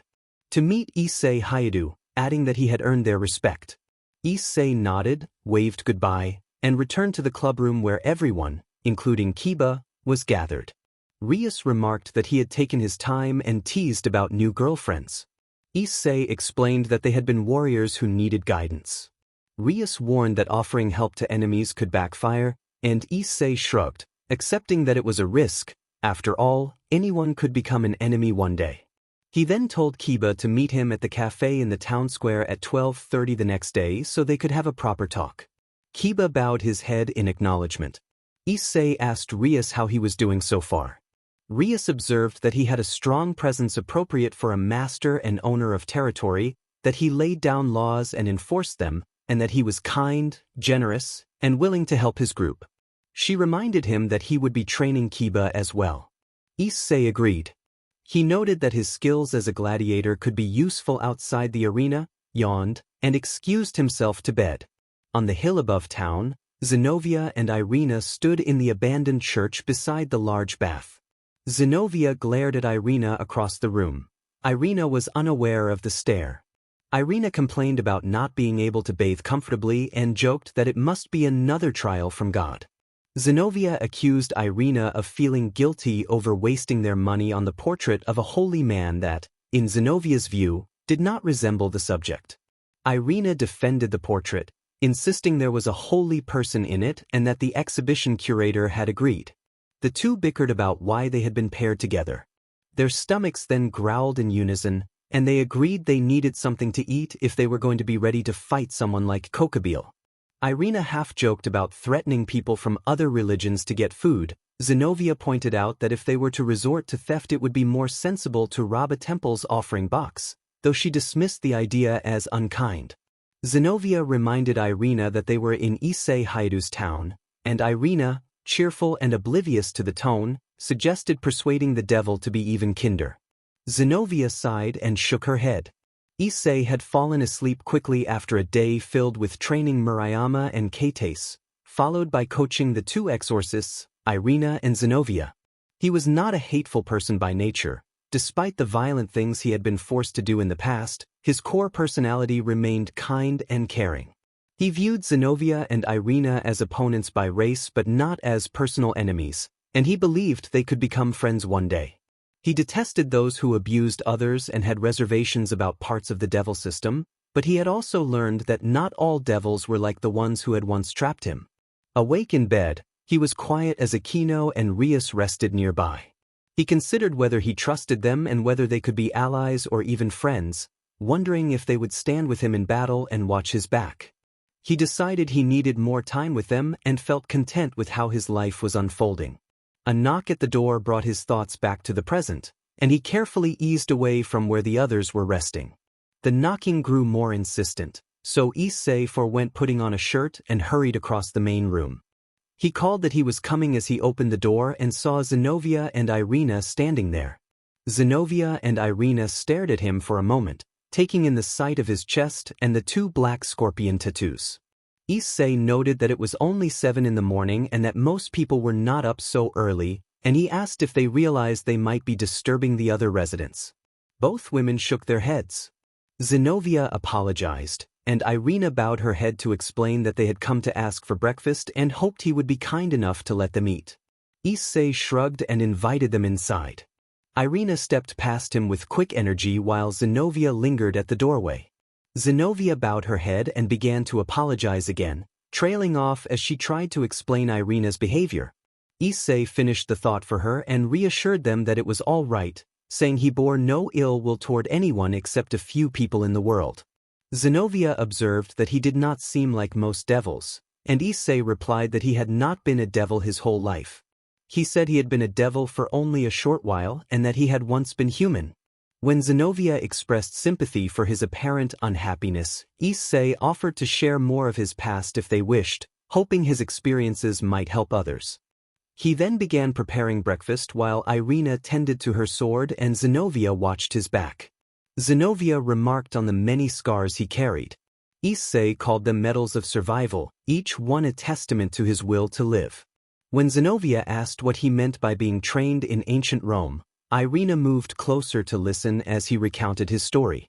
Issei explained that he had been born in Japan over 2,000 years ago and had been taken from his home through SLV ships and caravans until he found himself within the Roman Empire. He had been placed in the house of a man who owned gladiators and trained from a young age to fight in the arena. They had been forced into constant mortal combat, and many comrades had not survived. He had been betrayed by those he trusted, ambushed, captured, and ultimately sealed away in a magically sealed Egyptian sarcophagus. Zenobia and Irina reacted with shock, and Zenobia bowed her head, expressing sorrow at how much he had suffered and wishing he had been on their side so he might have found happiness. Issei insisted he was content where he was now. He had friends and a family and could put his past skills to good use by training others in swordsmanship. He joked that despite their confidence, none of them could defeat the gladiator of ancient Rome even if they teamed up because his weaponry included a sacred shield. Zenobia bristled at the suggestion that they were weak and defended their order's skill with swords. Issei admitted he might be biased but repeated that he would likely overcome them. He then moved the conversation back to breakfast and agreed to treat them to lunch later, mentioning he had topics he wanted to discuss with the two of them. When Irina suggested discussing it immediately, Zenobia admonished her for being oblivious and for assuming the conversation was not private. Rias raised an eyebrow and cautioned Issei not to trust them too easily. Issei countered. By asking whether Rias trusted him completely, her silence confirmed his point. He argued that their hesitation was driven by fear of the churchgoers and the potential danger of rekindling conflict. Aquino acknowledged the risk and reminded him the move could be dangerous, while Issei laughed and questioned the notion they would start a war simply by being kind to visitors. He asked Zenobia directly whether she wanted to fight him to the death right then. She said no, and when he asked why, she could not give a reason that justified hostility. He used that moment to emphasize that offering food was an act of kindness and respect, not an act of war. Kiba pointed out that they considered the church their enemy, and Issei replied that his former comrades in the arena had likewise been enemies until circumstances forced them to clash. Rias argued that times had changed since ancient Rome, but Issei insisted that many of the same dynamics remained. People followed orders from those above them, and kindness should not be withheld because of old conflicts. Standing with his plate of food, Issei declared that he would not change who he was. He resolved to be kind to those they might call enemies because they all shared the same world. He asked the group to remember that they lived in one world they must share, and then the breakfast continued in the clubhouse as everyone settled in. Issei warned that they had better get along or they would lose everything they held dear. Then he walked out of the room and headed outside. He left the area and walked through town toward the docks where ships sometimes came into port and where people often fished. At the edge of the pier someone was sitting with a fishing pole in the water. Issei recognized the man and sat down beside him. Azazel smirked and noted that Issei was still alive and well. Issei said he supposed he had Azazel to thank for his release from prison. Azazel replied that it had been a group effort and that many people had helped. Issei offered his thanks, and Azazel accepted it, adding that they all owed him a debt and would work together to make sure he could enjoy his life. Issei stared out over the water and asked whether peace for everyone would ever happen. Azazel cautioned that it was not certain. Plans were being made to achieve peace, but there were those who did not want such things. When Issei named Kokabeel and asked whether Azazel was a fallen angel like him, Azazel confirmed that he was, but insisted he was not like Kokabeel, whom he described as a warmonger who had been allowed too much freedom. Issei accused Azazel of refusing to act and valuing his own safety above others. Azazel warned Issei to be careful about who he spoke to. Issei answered that he would go headfirst into combat to protect his family, while Azazel sat on the sidelines and waited for plans to work out, and Issei insisted that if Azazel would not help when his life was in danger, he should not pretend to offer him a life of peace. Issei stood and walked off toward the town square. At the square, Issei entered an arcade and wandered among the machines until he found a fighting game that interested him. It took him a round or two to catch the controls, but soon he was beating the computer opponents. A woman joined him at the machine. She was an attractive young woman with long black hair like a raven and violet eyes, and she wore a hood.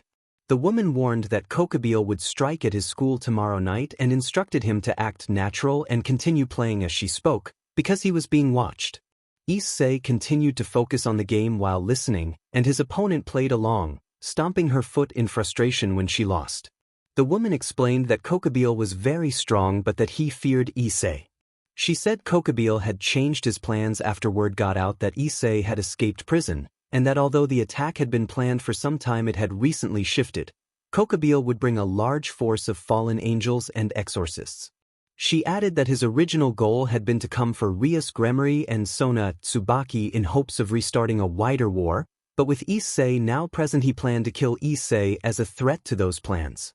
She identified herself as one of Kokabeel's subordinates who did not want this conflict. At first she had believed in Kokabeel's reasoning, but she had come to fear that he was going mad and that he would kill anyone who betrayed him. She said her best friend was effectively a hostage and stayed with the others at all times, and that between the two of them she was the only one free to move. She offered to assist Issei in the coming battle but said she had to maintain appearances until the right moment, She repeated that Kokabile feared him and that he was stronger than he thought. Then she stomped off and left. Issei played for a few more minutes, then left the arcade and headed to a nearby cafe. He resolved that he could not ignore what he had learned. Kokabile was coming for him and his new family, and he would not let them die. He also took some satisfaction from the fact that Kokabile feared him. Inside the cafe, Issei took a seat and soon saw Zenobia and Irina enter and sit down. Irina complained that Issei had told them to wait by the fountain and that they had waited a long time. Zenobia dismissed the complaint as an exaggeration and asked what he wanted to talk about. Issei told them that he intended to assist in their mission against Kokabile. Irina protested that he could not help because he was a devil, but Issei hushed her and insisted that in his territory he could do as he pleased. Irina objected again until both Zenobia and Issei gave her a firm glare. Zenobia asked why he wanted to help now. Issei explained that a traitor within Kokabile's ranks had given him information. Kokabile would come to this town to kill Rias and Sona, sisters of two of the Devil Kings, which would be a smart move to start the war again. Kokabile would not come alone. He would bring a significant force with him, though not so large as to be suspicious. Zenobia acknowledged the danger and asked what the plan would be. Irina interjected about the stakes, and Zenobia pointed out that this affected everyone and could force divine intervention if the war started. Issei challenged Irina by asking whether she could live with the knowledge that she had the chance to save the world and did nothing. Irina admitted that she could not, and Issei asked her to help. Issei asked for both of them to assist in the coming battle. Zenobia pledged her sword, Irina offered hers with a smile, and Kiba stepped forward from behind Issei to offer his as well. Issei was surprised that Kiba had been there the whole time. Kiba explained he had been curious about the conversation, and others were present too. Aquino, Rias, and Kaneko joined them. Rias said they had heard everything and understood that this was something they could not ignore. Sometimes allies could come from unexpected places. Kaneko asked what the plan was, and Issei smiled as he prepared the strategy. The plan was set in motion, but one final obstacle remained: Sona Citri. Rias was best placed to secure her assistance, so Rias and Sona met in Sona's private quarters. Sona reacted angrily when Rias revealed their intention to attack Kokabile. Sona argued that Issei did not understand their world and that acting in haste could start a war that might cost many lives, including those of parents, friends, and loved ones. She accused Rias of being blinded by her feelings for Issei. Rias countered that Sona was letting bias cloud her judgment and reminded her that Sona was normally the calm, rational one. Sona took a few minutes to compose herself, then nodded reluctantly. When Sona asked why Rias would go along with Issei and what he had promised, Rias said nothing had been promised beyond logic. She trusted him. Sona warned that attacking Kokabile, a surviving leader of the fallen angels, would be suicidal. Rias insisted that if Kokabile was allowed to act unchecked, he would restart the war, and they had to stop him now rather than later. Sona proposed retreat as an option, noting that living to fight another day can be a valid strategy, but Rias pushed back, asking if Sona would permit Kokabile to destroy the town and the school they protected. After a moment of tension, Sona agreed to help on the condition that Rias and Issei would owe her. Issei then appeared from a magic circle and sat beside Rias. They continued their conversation privately. Issei outlined an ambush. Kokabile would arrive with fallen angels and stray priests, and he hoped Sona could devise the detailed strategy. Rias vouched for Sona's tactical brilliance and encouraged Issei to rely on her. Sona summoned a magical holographic map of the town and asked where Kokabile would be most likely to strike. They reasoned that he would choose a wide open space to bring in his forces, and the most logical target was the school, the gathering point for the town's powers. Issei confirmed that the allied exorcists would assist, and Sona assigned Tsubaki and Tomo to support the assault. Sona's plan called for magical traps to be laid across the school grounds that would trigger as teleportation occurred, disorienting and weakening the attackers. Issei would lead a shock assault with the others while the enemy was disoriented. The traps would level the playing field by reducing the enemy's initial advantage, though Kokabile himself would likely be scarcely affected. Because Kokabile would probably target Issei, They agreed Issei needed to move quickly to distract him before Kokubile could overwhelm their forces. Once his reinforcements were neutralized, they could focus on defeating Kokubile. Rias observed that the plan suited their strengths. Sona noted Rias's offensive instincts and agreed that a defensive posture would leave them vulnerable. She added that Tsubaki's sacred gear provided some defensive capability. Issei suggested some last-minute training and a brief rest to be ready that night. Sona, Rias, Tsubaki, and Akino left to prepare the traps, and Issei departed through a magic circle. Issei arrived at the club room where the others were gathered. Zenobia turned to him and asked whether they had secured the other devil's assistance. Issei confirmed that she had been convinced. The plan was already in motion. They would trap the fallen angels, and while the intruders were confused and weakened, they would strike and defeat them. Zenobia grinned and told him she was beginning to like him more and more, calling him devil. Issei raised a brow and returned a hesitant thanks. He said it was time to train, and they would start in the school gym. Everyone nodded and left with him. By 8 p.m., Issei and his peerage, Tsubaki and Tomo, were waiting in the school gym. Its central location allowed quick access to any part of the campus. They had just finished short rests and were waiting for confirmation from Issei's informant. Issei walked over to Rias and asked whether she had contacted her brother. Rias replied that she had tried and had spoken to Graphia, and she hoped her brother received the message. Issei asked if they could manage without him. Rias conceded that if things went as Sona planned they might, but she acknowledged this was war and Kokubile would have tricks. They agreed they had to stop him. Magic circles began to appear on the main grounds outside. Issei stood, coughed, and made it clear that this was the fight that could save their world. He warned that Kokubile wanted to start a war that would threaten devils, fallen angels, and angels alike, and that no one side could afford such a conflict. They had reached out to the two devil leaders for assistance but had no confirmations. They would have to hold their own. Issei urged everyone to watch each other's backs and prepared to meet the battle as explosions and cries began to erupt outside. He summoned his shield and led the charge, with Zenobia at his side and the others following close behind. They rushed into a horde of fallen angels and scattered priests, outnumbered roughly 10-1, but their resolve was fierce. Issei and Zenobia struck first, cutting through the disoriented attackers. The rest of the group slammed into the crowd soon after, their coordinated spells and strikes quickly clearing the immediate threat. The initial wave ended within minutes, and Issei pushed forward toward Kokubile. Rias noted that the opening attack had seemed too easy. Kokubile laughed and revealed that this had been expected. He was a striking figure, a young man with black hair, pointed ears, 5 pairs of black wings, golden eyes with red irises, and sharp fangs that underscored the dangerous nature he had been portrayed as. He collided his light spears against Issei, holding him back as he chuckled. More magic circles opened and more fallen angels poured through. An old man and a lone priest stepped out of one circle. At a distance, the old man prepared another circle and 3 large 3-headed dogs emerged, pushing the group back. Zenobia and Irina were engaged by a small pack of fallen angels, while Rias, Akino, Kaneko, Kiba, Tsubaki, and Tomo struggled against the 3-headed dogs.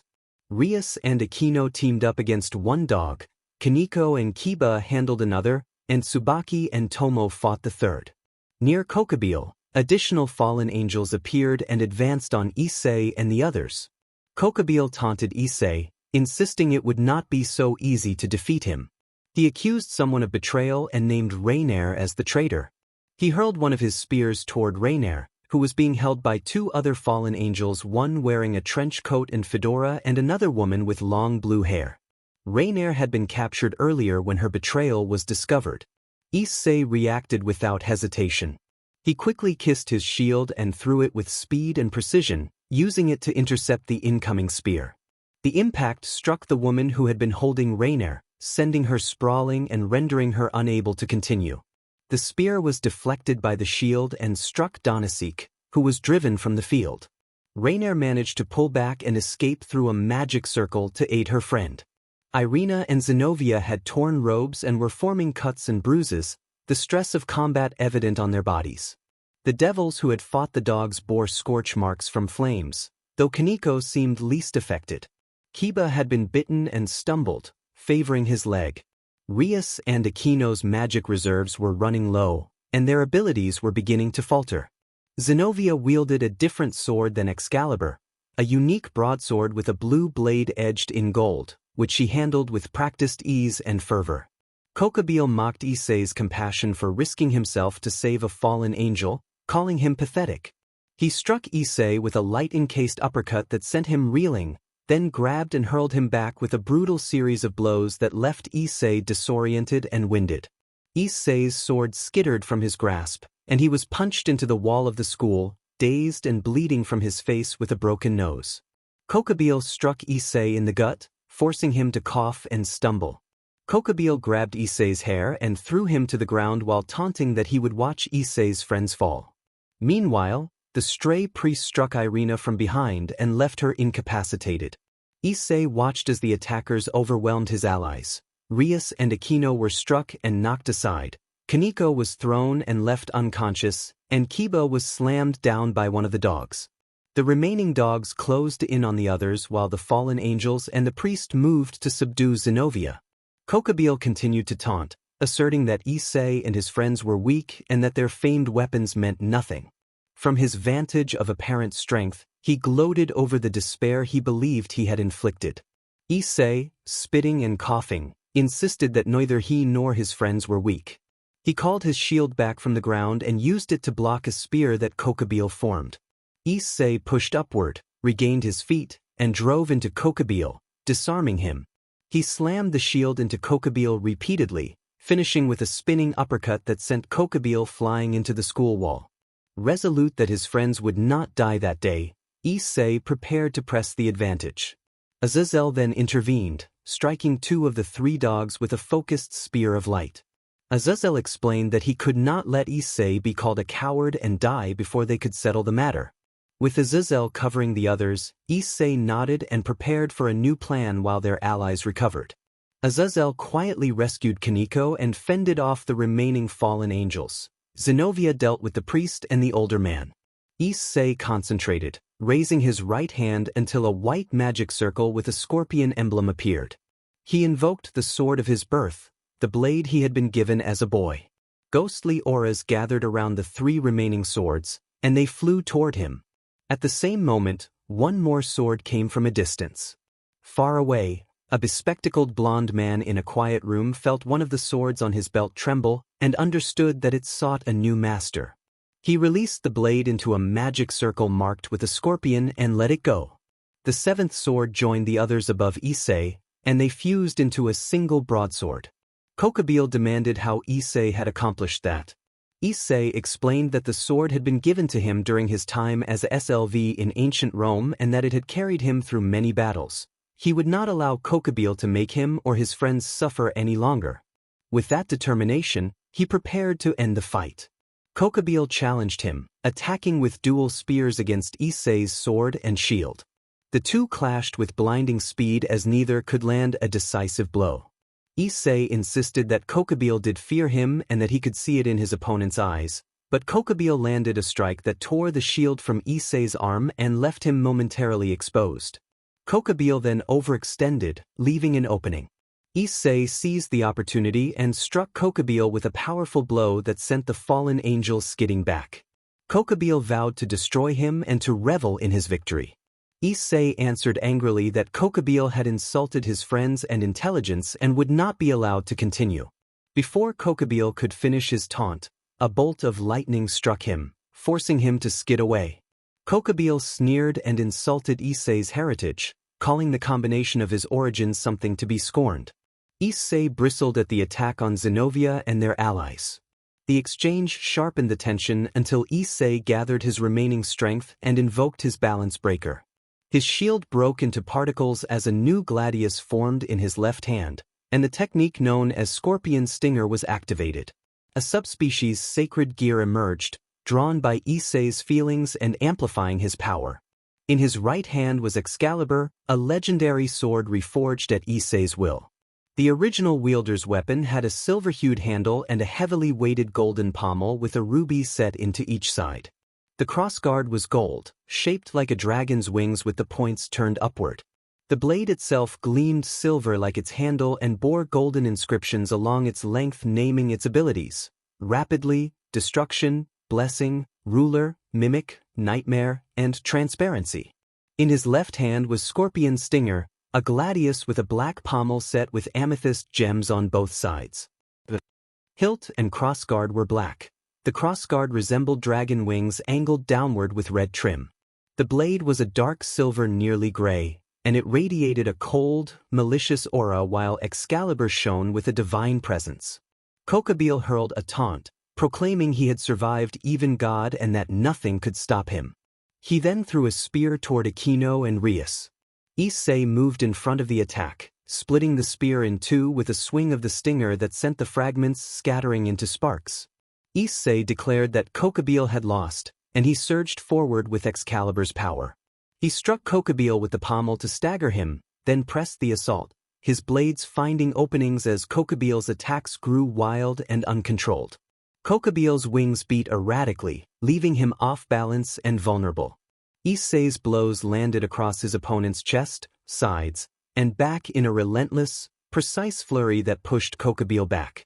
Kokabeel drove a spear into Issei's shoulder as he tried to flee toward a forming magic circle, but Issei pressed on despite the wound. He targeted Kokabeel's wings, cutting them down in two swift motions that sent Kokabeel crashing to the battlefield, wounded and desperate. Kokabeel reeled, weakened and coughing, lamenting that he should have killed Issei when he had the chance.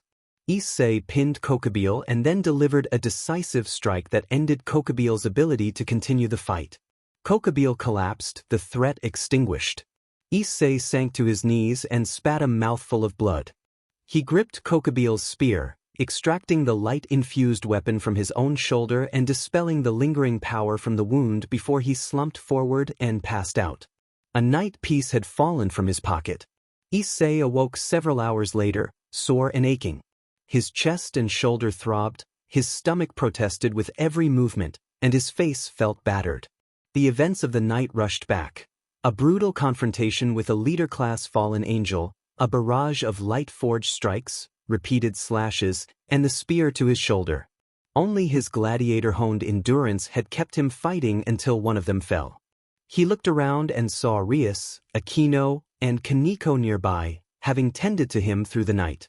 They had helped him recover. The sight sharpened his guilt.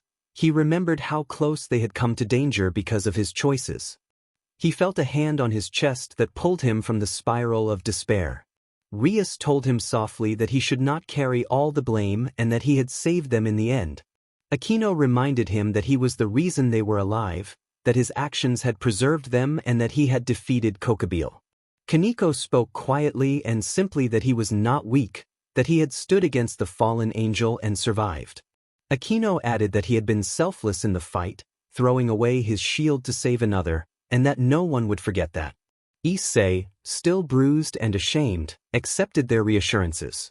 Aquino offered to prepare breakfast for them all, and they rose to leave him to rest a little longer. Rias told him that he would have to meet his two new peerage members when they were ready. She wore red track pants and a red t-shirt. Aquino wore matching purple exercise clothes. Kaneko wore black shorts and a white t-shirt with a cat paw print. Rias explained that Irina had been revived after dying in the battle against Kokabeel and that Zenobia had decided to join Issei as well. Rias added that she retained some of her original power as a king and used it to bring Irina back for him. Issei acknowledged this and sat up to get dressed. Rias and Kaneko left, and Aquino lingered behind while Issei finished. Aquino walked with him toward the clubhouse kitchen. Aquino asked whether he felt attraction to women. Issei said that he was attracted to women but had a great deal of self-control because of his past conditioning. He clarified that he found the women around him attractive but that his upbringing taught him restraint, and that he simply needed time to adjust to a different era and its norms. Aquino accepted this with a smile and reached out in a gentle, affectionate gesture before heading to breakfast. Issei followed shortly after. Issei took a quick breakfast of eggs, sausage, and toast and thanked the others. He told them where he planned to train and warned that anyone who came should be prepared for extreme cold. Then he teleported away. A short time later, Zenobia and Irina emerged from their sleeping quarters in the old schoolhouse. Irina looked very troubled. Zenobia had clearly tried to explain several things to her, and Irina had not taken them well. Rias noticed Irina's state and asked about it. Rias observed that Irina was struggling with the idea of being a devil after having been part of the church, and Zenobia confirmed that Irina had been deeply devoted before. Zenobia added that she herself was still coming to terms with choosing to be a devil. Irina confronted Zenobia with anger about the choice, and Rias intervened firmly, insisting that there be no fighting in the clubhouse. Rias created a magic circle and placed a corresponding one on their backs, telling them that Issei awaited on the other side and that they should go speak with him. Zenobia pushed Irina into the circle and then joined the others at the breakfast table. Aquino had difficulty hiding her amusement at Zenovia's bluntness.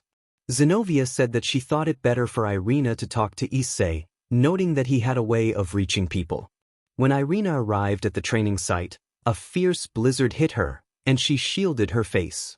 A few steps forward brought her into a warm tent. Inside, she saw only the snow outside and heard a voice. Issei was on the ground nearby, lifting a large boulder as part of his workout, steady and focused despite the harsh cold. Irina thanked him quietly for his help arriving. She asked whether it might be better to train in a gym, calling his methods a bit barbaric. Issei laughed at the suggestion that he was a barbarian, brushed himself off, and moved into the tent. He explained that he preferred training his own way and reminded her that he was not a typical modern person. When Irina mentioned that Zenobia had talked about his kindness, Issei offered to tell his story. He described being born over 2,000 years ago as a human, taken from his home on a SLV ship and carried across the sea to what was then the Roman Empire. He was sold to a man who trained him as a gladiator and forced him to fight in arenas for the crowd's entertainment. After some time he rebelled, escaped slavery, and led a band of former gladiators in resistance against the empire, but ultimately his effort had failed. Issei recalled that his master had made a pact with a devil that resulted in him being trapped inside a stone sarcophagus.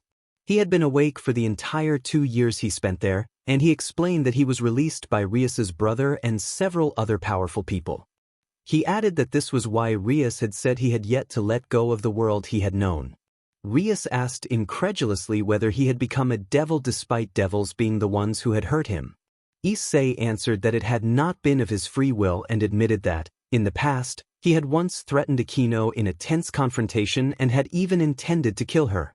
He allowed, with a quiet smile, that only a few weeks had passed and much had already changed, but he now felt proud of where he was, happy to have people who cared for him and to be free of chains. Irina protested that the church taught devils were evil and worried that God would never forgive her if she became one. Issei gently argued that he had not been raised by the church and was able to form his own opinions, suggesting that what truly mattered was what was in a person's heart. He complimented Irina as a woman who had given her all to be good and follow her beliefs, calling her strong, confident, and beautiful. He then placed a reassuring hand on her head and rubbed it gently as he spoke. Irina blushed and looked at Issei with admiration, her old enthusiasm returning as she invoked her faith and asked for forgiveness for her troubling thoughts. She promptly doubled over in pain, clutching her head, and Issei observed that he had more work to do before walking around her and returning to his training. Issei resolved to continue improving after his fight with Kokobile had shown him he needed to be stronger, faster, and better than the day before. Irina nodded and offered to help. Issei gave her a magical boost so she would not be cold, and they trained together, with Irina also practicing to strengthen her body. They returned from Mount Everest around 7 in the evening to find Aquino and Rias putting dinner away after stepping through a magic circle. Rias smiled and mentioned she had not expected Issei to be gone so long, and Irina said that talking with him had given her a reason to continue existing. Issei helped himself to a plate of Italian-style pork and mashed potatoes, and Irina followed his example and sat down. Issei remarked that he had even trained Irina with a sword, despite her not having one anymore, and promised they would get her a strong blade. He praised her improvement with sword attacks and encouraged her to gain battle experience, explaining that reflexes, endurance, and real combat would help her develop her own style. Irina accepted the advice and blushed when Issei patted her head before returning to his meal. The three women present watched him eat and quietly thought that he did not realize how good a person he was. Rias suddenly remembered that a devil contract had been requested. She explained that such contracts were a way for the Devil Society to gain power and to recruit new devils, sometimes helping a participant to advance in rank. It had not been Issei specifically who had been requested, but the wish had been for a great and powerful devil, preferably a swordsman, and they had thought of Issei immediately. Issei said he would attend to it after dinner and asked Rias to prepare a magic circle, which she did. After finishing his meal, Issei stepped into the magic circle and let out a loud burp as he arrived at the meeting. Murayama reacted with surprise at seeing that Issei was a devil, and Issei responded warmly that he was indeed a devil. Keitase teasingly wondered whether that was why he was such a good swordsman, and Issei replied with a smile that his skill was not that simple. When asked about his origins, Issei explained that although he had been born in Japan, he had been taken into slavery at a young age and had no memory of his parents. He noted that, technically, he could be considered 2,000 years old because he had been trapped in a tomb for well over 1,900 years and had not aged during that time. He remained human until his release, after which he became a devil. He accepted a cup of tea from Murayama and commented on how good it was. Murayama asked how Issei had become so skilled with weapons. After a brief pause, Murayama guessed that Issei had been a gladiator during the Roman era. Issei confirmed the guess with a grin and acknowledged that the conclusion was correct. Issei explained that he had been trained at a very young age to fight, kill, and survive, and that the training was why he was so skilled with his gladius. Keitase reacted weakly and asked whether he had killed people. Issei confirmed that he had had to kill to survive, to protect friends, and when circumstances left no other choice, then asked, sounding sorrowful, whether they thought him a bad person. Murayama shook her head and said she could not consider him a bad person, noting what she had seen of him at school: kindness, respect, humility, and the habit of apologizing when he made mistakes. Keitase agreed that they were simply surprised, and then asked what being a devil was like. Issei reflected that at first he had been indifferent and even hostile toward his current friends, but over time he had come to enjoy his life.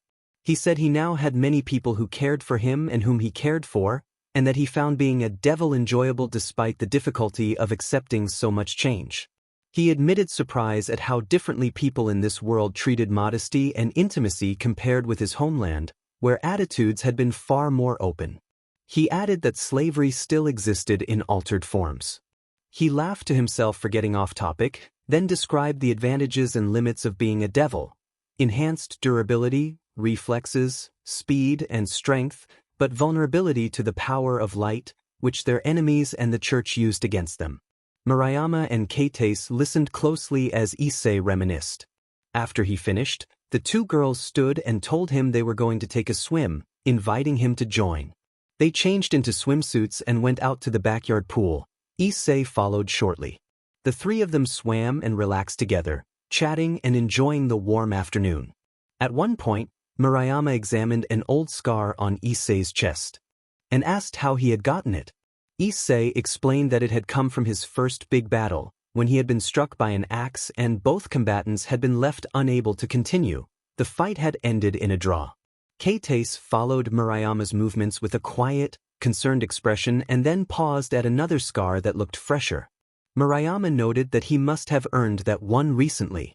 Issei said that the wound had been from a fight roughly a day before, an encounter with a leader of the fallen angels, one of the devil's enemies. He described the clash in broad strokes. It had been desperate and nearly cost him and his friends their lives, but in the end the leader had been defeated and Issei had survived. Murayama expressed surprise that he had faced a leader, and Keitase murmured that his life did not sound easy. Issei admitted that he enjoyed combat despite his reservations about being a gladiator. He found fighting thrilling but would prefer not to fight to the death. He explained that devils held organized contests called raiding games, similar to gladiatorial combat but generally not intended to be fatal, though accidents could happen. When Keitase asked whether combat was the only thing he enjoyed, Issei listed several pleasures: spending time with friends, training others, being helpful, sleeping, indulging in food he had lacked in the past, and personal improvement through training. He added that he enjoyed reading, learning, and his time at school, and that he also liked music. He paused briefly when distracted, then laughed it off and continued. When Kate asked whether he enjoyed the company of women, Issei admitted that he could not say he had experience, as he had never been with a woman. Issei wondered why he felt attracted to them. Murayama suggested with a teasing smile that he might want to find out whether he enjoyed women as well and offered that they could help him explore that possibility. Kate moved closer and expressed interest. Issei asked why they would do that and remarked that such things were supposed to be taboo. Kate responded with surprise. Issei explained that he was now in their world and must assimilate, then hugged Kate with his head resting against her chest. He admitted that he thought they might pity him, since they had not shown interest until they learned about him. Murayama replied that they only wanted to make him happy and had stopped their earlier teasing. Issei said he was happy but did not want them to give themselves out of pity. He wanted them to do so because they truly wished it. He smiled, helped Kate settle beside him, and decided to leave for the night, promising to fulfill their contract the next day. The two girls nodded, and Issei dressed and teleported away. Later that night he arrived home, collapsed into bed, and fell asleep quickly. The next morning Issei and the others walked to school together. Zenobia and Irina walked behind him, with Akino and Rias on either side. Kaneko walked behind Issei but ahead of the church duo. As they reached the school, Issei sensed a powerful aura nearby and stopped, and the others halted as well. A silver-headed young man observed that this was where the fight had taken place and noted the size of the school. Issei replied cautiously while assessing the newcomer. The silver-headed man addressed him as the Scorpion and remarked that Issei's name was on everyone's lips after Kokobeel's death, asking if he was related to the Roman Scorpion. Issei confirmed the connection and asked for the man's name. The young man introduced himself as Vale, the White Dragon Emperor, also known as the Vanishing Dragon. Issei greeted him politely as the group behind him grew tense, as if a confrontation might break out. Issei explained that the others had instinctively wanted to attack because of who Vale was and his sudden appearance, but told them they could stand down since Vale did not seem interested in fighting at that moment. Vale agreed, said he had more important matters to attend to, and then disappeared. Issei frowned as he felt the lingering trace of Vale's immense power and thought to himself that he still had much more to accomplish. Issei walked with the girls onto the school grounds but stopped at the staircase, lost in thought about his options. Rias hugged him tightly, snapping him back to attention. Issei returned the hug and acknowledged her surprise. Rias observed that he had seemed distracted and had ignored her calls, so she had hugged him to get his attention. Issei admitted that the White Dragon Emperor had been on his mind and asked Rias if she trusted his decisions. Rias affirmed that she trusted him for the most part and that she was still adjusting to him as a king, though he was doing extremely well. Issei said he needed to leave for a week or two. Akino asked if this had something to do with meeting Vale, and Issei agreed, explaining that he was not strong enough yet and that an opponent stronger than Kokobeel or himself might appear and catch them unprepared.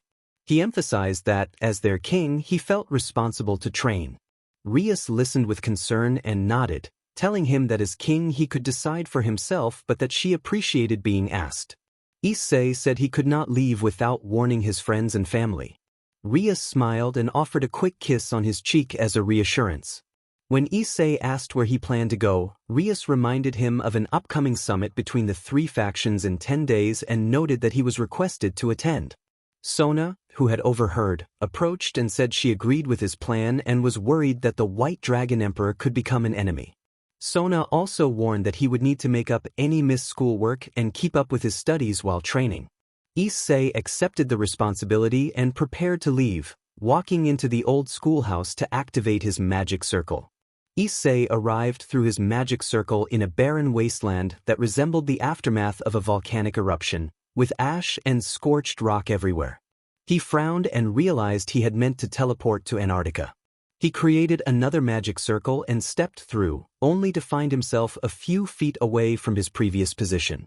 He scrunched his eyebrows and concluded that either his teleportation was malfunctioning or someone was interfering with his travel, and he was not happy. He decided to walk in a straight line away from the sound of the ocean. After an hour of walking, Issei came upon a small, bustling town with an open-air market where traders sold fish, bread, and dairy products. The city felt lively and cheerful, and Issei decided to explore to learn more about the area. He entered an entertainment hall that offered music, gambling, and drinks. The establishment reminded him of more raucous places he had seen before, which brought a bitter thought about his master's home. A hostess greeted him and apologized for the confusion when Issei explained he was lost and unfamiliar with the written language. She explained that the venue, Valhalla's Gentlemen's Club, hosted entertainers, gambling, and drinking. Issei asked for an entertainer and some drink, and the hostess smiled and handed him a menu of available performers. Issei admitted again that he could not read the writing and chose the new performer the hostess mentioned. Issei settled into a reclining chair and noted that the room had been recently cleaned. He wondered what was causing the disruption in his teleportation, suspecting someone he had met before might be involved. His attention shifted when a young woman entered the room and stood before him. Issei sensed a strong magical presence from her. She had long straight silver hair, light blue eyes, and an appearance that suggested she was close in age to him. She wore an armor-like outfit with a white breastplate and pale blue accents, matching gauntlets and boots, and wing-shaped hair clips. Her presence felt strikingly different from the other performers. They exchanged brief introductions, and the hostess left them to speak privately. Issei prepared to learn what the newcomer knew about the area and the strange interference with his teleportation. She wore pink lace stockings and matching hair clips. She had been placed in a situation that made her uncomfortable, and Issei made it clear he would not take advantage of her, apologizing and explaining he had no interest. The woman looked back over her shoulder, trembling, and thanked him quietly. Issei noticed the fear in her eyes and asked if she believed in magic. At the mention of magic, the woman sat up, finally sensing the power around them. Issei introduced himself as Issei Hyoudou and asked for her name. She gave it as Rosweiss, flustered by the attention and still shaking. He complimented her name and then asked why she had looked so frightened.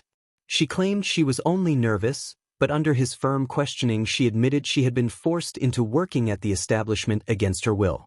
Tears fell from her eyes as she explained that it had been expected of her by her boss.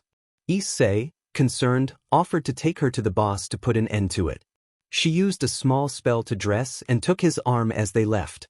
A server tried to stop them, but Issei smiled and insisted that they be allowed to leave, stating that the young woman had been forced into the work and that he would not tolerate the situation. The server hurried off to inform his boss. As they approached the exit, Rosweiss weakly pointed out the boss, an old-looking man who nevertheless radiated great power. Beside him stood a broad-shouldered blond man who likewise seemed formidable. Issei calmly approached the old man and, in a sudden motion, struck him. The blow surprised everyone. Issei felt the sting in his knuckles but showed no outward sign of injury. The blond man moved to intervene, but the old man raised a hand and stroked his beard, halting him. Rosweiss watched with wide eyes, afraid for Issei. The old man spoke, questioning why Issei had attacked when the old man was clearly more powerful. Issei answered that the man had spoken rudely to Rosweiss and had forced her into that position, and that he would not allow her to remain frightened because of it. The old man dismissed him, and Issei struck again, though it had no effect. The old man, offended by Issei's tone, identified himself as Odin, the Viking god and king of Valhalla. Issei bent to meet Odin's gaze and said that he did not care for titles. His concern was Rosweiss's fear, and he demanded an apology. The blond man Thor observed Issei with approval, noting that the young man showed no fear and was defending Odin's goddaughter. Odin looked over the situation, then apologized for his part in driving Rosweiss to the establishment, explaining that his frustration had led to the poor decision. With a small gesture, Odin teleported the group away and put up a subtle magical veil so humans would not notice. They arrived in a vast, regal city. Odin apologized directly to Rosweiss for insulting her and for what had happened. She accepted the apology and straightened her battle outfit, still composed but relieved. Issei took in the new surroundings, curious. Odin introduced the place as Valhalla, home to the Norse gods. The blond man explained that there were many pantheons in the magical world: Egyptian, Hindu, Japanese, Norse, and Greek among them. He noted the distinctive stinger-shaped mark on Issei's chest and identified him as the scorpion who had become well known in their circles. Thor added that Roman gods were essentially reworkings of the Greek deities, dismissing them as a separate pantheon. Issei listened, thoughtful, and acknowledged what he was being told. Issei wondered why he could not teleport away. Odin laughed a little and explained that someone had arranged for him to come and meet Odin, using a spell to send him to Norway because Odin enjoyed the human world. Odin poked Issei with his staff and then removed the spell, telling him he could teleport freely again. Issei bowed his head in thanks to Odin. Odin smiled and told him he liked his spunk and that the world needed more people like him. As a reward for saving Rosweiss, Odin offered to grant him anything he wanted, smiling warmly at Rosweiss. Issei bowed again and asked to be trained. Odin paused in surprise at the unexpected request but accepted. He promised not only to train Issei himself but to enlist Thor and others. Odin challenged him to endure the gods' training, striking his staff on the ground for emphasis. Issei straightened with resolve and accepted.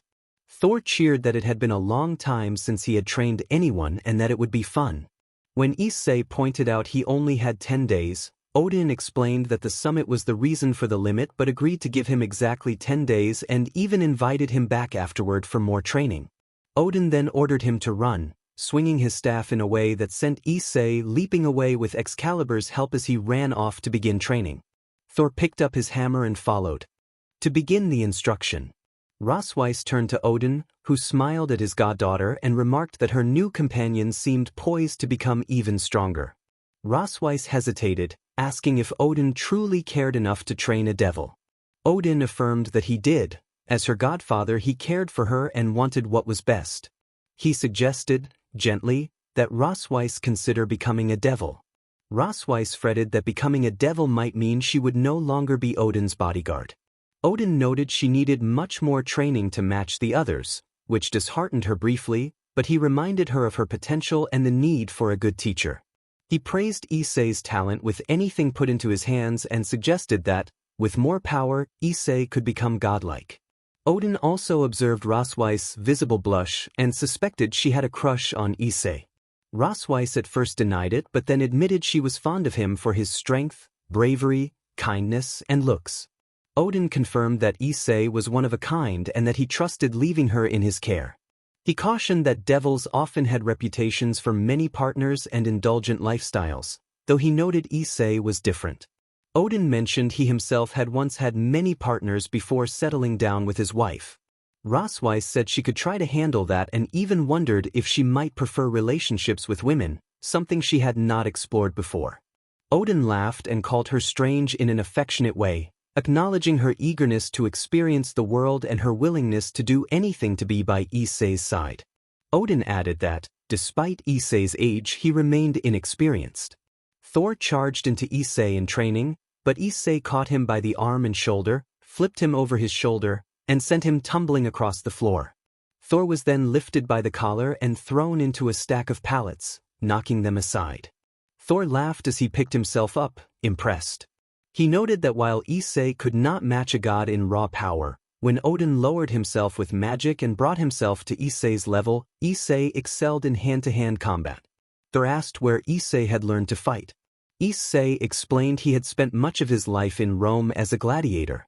He said he had at times found the arena exhilarating but had been tormented by his master's cruelty and the constant presence of death. He had even been forced to kill friends. Thor listened and admitted he could not imagine harming his brothers or his father, then suggested another round of training. Issei agreed and offered to give Thor some pointers. Thor welcomed the exchange, excited to improve his own skill and power. Odin watched from his throne as the two trained in energetic, non-graphic combat. Issei once again managed to gain the upper hand when Thor wrapped his legs and tried to counter, only for Issei to reverse the move and pin Thor briefly. Odin turned to Rosweiss and, seeing her interest, patted her hand and repeated his earlier question about joining the devils. Rosweiss admitted she liked the idea of being by Issei's side and expressed her affection for him, still blushing but steady in her decision. Rosweiss asked what they knew about Issei, and Odin nodded before explaining his past. Odin described Issei as known as the Scorpion, a man who had been a SLV for most of his life and had fought as a gladiator in Rome. A devil had befriended Issei's master, and after Issei escaped he had been hunted down and imprisoned within a stone sarcophagus. The sarcophagus had been magically enhanced so he would not age and so that he would remain conscious throughout his confinement. Odin admitted surprise that Issei had not been driven mad by the isolation, though he thought the magic involved had been flawed. When Rosweiss asked if Issei ever got revenge, Odin said he doubted it. The devil might still be alive while the master was likely long dead. That, Odin summarized, was Issei's story. Rosweiss reflected that his experience must have given him remarkable self-control, and she blushed at the memory of her own awkwardness around him. Odin promised to speak with Issei about Rosweiss joining him. Rosweiss offered to do the speaking herself, and Odin reassured her that he cared for her as he would his own daughters and wanted what was best. Rosweiss thanked him with a shy smile. Later, Thor ended his sparring with Issei for the night. Thor had learned much about Issei's fighting style, and Issei, in turn, had picked up hand-to-hand techniques from Thor. Thor left for a nearby Valhallan pub to test his new skills. In Valhalla, many places fostered a sense of equality, and the pubs were where gods and warriors mingled without undue displays of dominance. Issei leaned against the palace ledge, gazing over the city, when Odin joined him. Odin observed that the day had not produced much formal training. Thor had meant to train Issei, but in truth Issei had taught Thor. He proposed that tomorrow they would work with Issei's sacred gear and magic, and that Odin would teach him to wield the holy sword's abilities properly. Afterwards, Issei and Thor could focus on physical training to increase base strength. Issei questioned whether he was deserving of a god's blessing and training. He confessed his doubts, reflecting on his past mistakes. He had been careless in battle, had endangered his friends through his own recklessness, and had taken lives in the harsh world he had come from men who had only wanted to survive. Odin listened, then leaned against the ledge and watched the city with him. Odin pointed out that Issei sought strength to protect his friends, not to dominate others.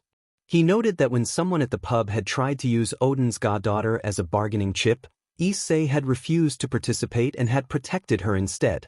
Odin emphasized that Issei had stood up to those stronger than him because it was right, and that such restraint and courage were precisely why he was worthy of the gifts offered. Odin declared that he regarded Issei as a son and welcomed him to Valhalla, inviting him to a feast. Issei followed Odin into the great hall and took a seat at the long table beside Rosweiss. Odin called for attention and proposed a toast to his newest son, Issei Hyoudou, praising him as worthy material for Valhalla despite coming from foreign lands. Odin also congratulated his goddaughter Rosweiss on finding a wonderful man and approved of their union. The hall erupted in cheers and celebration. Issei looked toward Rosweiss and she blushed. Issei told Rosweiss they needed to talk, then drank from his goblet as the feast began. Rosweiss nodded shyly and started eating as well. The feast continued for hours, filled with singing, lively conversation, music, dancing, and general revelry. Issei stepped outside the palace for some quiet air, and Rosweiss hurried after him, asking him not to be upset. Issei assured her that he was not angry. His expression simply looked serious. Rosweiss admitted she had not expected Odin's proclamation and then confessed that she wanted to become a devil alongside him, asking to serve at his side. Issei agreed, and Rosweiss, surprised and relieved, realized his acceptance before composing herself.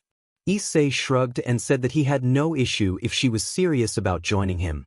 Rosweiss stammered that this was great.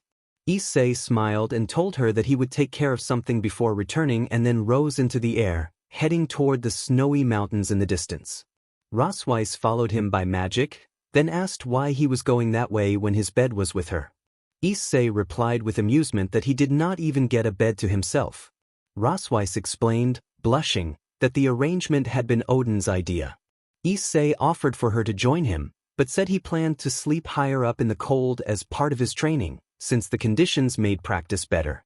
Rosweiss pointed out that the mountain was not particularly high and that the world's magic eased altitude concerns, and noted that the mountain belonged to someone else, so it was not his to claim.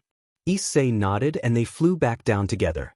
Issei teased that, since they intended to be husband and wife, he might as well court her properly, and suggested a quiet night walk. He asked her to wait for 5 to 10 minutes because he had spotted a store and some things that excited him. He also admitted he had never been to Valhalla and was thrilled. Rosweiss agreed and watched from across the street while Issei ran into the shop. About 2 minutes later, Rosweiss was approached by another Valkyrie and a companion. The Valkyrie sneered and mocked Rosweiss, claiming she had taken a lowly path and suggesting that no one would want her. Rosweiss defended herself, saying she was simply waiting for someone. The other woman continued to belittle her, bringing up Rosweiss' past failure defending their king and implying that Odin had only taken her in out of pity because of her grandmother. The companion behaved possessively beside the other Valkyrie, and the two boasted that the man Rosweiss had once admired now belonged to them. Rosweiss insisted she was truly waiting for a friend. The two continued to insult her, calling her small, awkward, and worthless. Rosweiss protested that their claims were not true. Issei suddenly appeared behind Rosweiss and placed his arms around her in a protective embrace, offering a simple rose and gentle comfort. He presented himself as her partner and future husband and introduced himself as one of Odin's own. He addressed the taunting Valkyrie, calling her out for her cruelty and affirming Rosweiss' place beside him. He guided Rosweiss away from the confrontation. Sigrid, enraged, charged from behind with a drawn sword and aimed a strike at Rosweiss. Issei stepped in front of the attack and took the blow to protect her. He quickly seized Sigrid's wrist, countered the assault, and used a precise defensive technique to incapacitate the aggressor without lethal force. Sigrid collapsed to the ground, disarmed and out of commission. Issei then retrieved the discarded weapon and led Rosweiss away from the scene. A short while later, Rosweiss halted Issei and straightened his shirt, briefly taking in his steady presence and the reassurance he offered. Rosweiss healed Issei's wound with powerful Norse magic while he watched as the cut closed and the pain vanished. Rosweiss blushed and warned that he should not have taken that hit. Issei replied that he would rather take the blow than have her hurt. Rosweiss responded by embracing him and offering a brief, tender kiss. After a moment, Issei returned the affection with a gentle, chaste kiss and set his hands lightly on her shoulders beneath the moonlight. It was the 9th day of Issei's training, and the feast that Odin loved to host would be held in a few hours. Odin, Issei, Thor, Loki, and Rosweiss were gathered in a training chamber within Odin's castle. Thor and Issei faced one another, with Thor's hammer readied and Excalibur floating before Issei. Odin, watching from the sidelines, said that he believed Issei had reached the point where the sword, which had always belonged to him even before Arthur made it famous, should be merged with its wielder.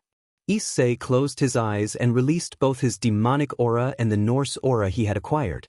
Excalibur glowed with golden light and black and blue sparks, and then the blade oriented toward Issei and slowly merged into him. It did not cut him but instead melded, dissolving into his body over the course of 20 seconds. Issei cried out in pain as the sword's holy energy fused with him, and he fell to his knees. He clenched his teeth and fists as the weapon and his body synchronized, increasing both his and Excalibur's power. Rosweiss watched with worry until he managed to rise, shaking but steady. When the trembling subsided, Issei's brown eyes showed flecks of gold, and arcs of holy energy danced across his form. Loki observed that Issei had become a holy devil, calling the transformation an abomination. Odin acknowledged that the development should not have been possible but expressed relief and pride. He praised Issei's adaptability, noting that anything given to him as a weapon he learned to use efficiently. Issei flexed and noticed the golden energy flowing through his veins. Issei admitted that he felt powerful.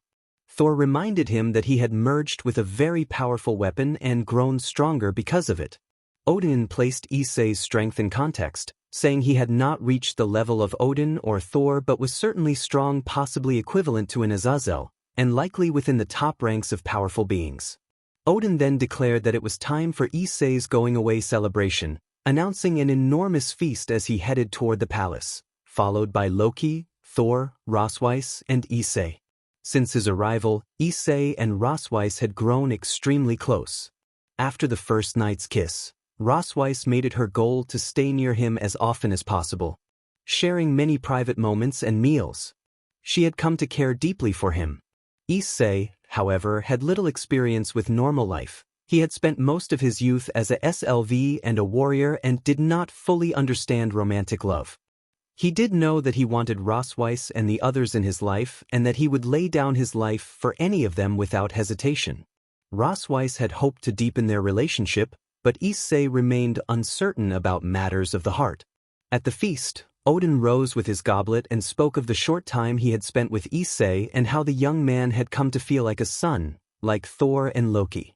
Odin said he trusted Issei with the future of their kind but reminded everyone that Issei would return to his own people the next day, as he still had ties to the devils. Despite their sadness, Odin urged them to wish him well and enjoy the greatest feast they could provide. Thor and the others cheered as the food magically appeared on the long table. Issei, like the others, dug into the feast with a ravenous appetite. The table held roasted meats, mashed potatoes with gravy, corn on the cob, steamed cabbage, and many desserts. Some of the gods, including Thor, were being fed by their companions. Rosweiss, feeling a little jealous and playful, turned Issei toward her and offered him a forkful of meat and potatoes. When Issei returned the favor by offering her a bite, she squealed in surprise and blushed. He noticed a spot of mashed potato on her cheek, leaned over, gave her a playful peck on the cheek, and wiped the spot away with a smile. They both laughed, enjoying the warm, friendly atmosphere. Rosweiss blushed madly at the affectionate gesture, feeling very close to the boy she had fallen in love with. She knew he was from a different time and held different beliefs, but she also knew she loved him and would do whatever she could to stay by his side. Thor roared a greeting and a huge spoonful of mashed potatoes flew and smacked Issei in the face. Thor taunted while drinking from his goblet as Issei wiped mashed potatoes from his face, clicked his tongue, and then flung a spoonful of cabbage at Thor. Thor snorted at the weak throw, only to be hit in the face by more mashed potatoes thrown by Rosweiss, who grinned smugly from behind Issei. Issei had stood in front of her, and she had used the moment to tease Thor. Thor mocked Issei for using Rosweiss to fight for him and put his elbow on the table in a showy display. Thor laughed and challenged his brother, letting lightning spark along his arm. Issei walked around the table, sat opposite Thor, and matched him, letting holy lightning shimmer along his own arm. Thor began to overpower Issei, but Issei focused and let his power of destruction flow outward through his hand, pushing back with a surge of force. The two were even until a pile of mashed potatoes landed on Thor's head and Loki, grinning from behind, placed a bowl of cabbage on Thor so it looked like hair. Loki joked that Lady Thor had come out to play, and laughter rippled around the large table, even from Odin. Thor tackled Loki and the two brothers flew off together into the sky, still bickering as they left. Issei laughed and took another long draught of mead, turning back to his food. Rosweiss insisted on feeding him and playfully brushed his hand away when he tried to feed her instead. Rosweiss kept a composed, reserved air in Odin's presence. A couple of hours into the feast, Issei was very drunk. He sat on the table and recounted a tale of the arena in dramatic fashion. He described standing in the arena facing starving beasts released from their cages, how he dodged and countered their attacks, and how he took scars from the fight.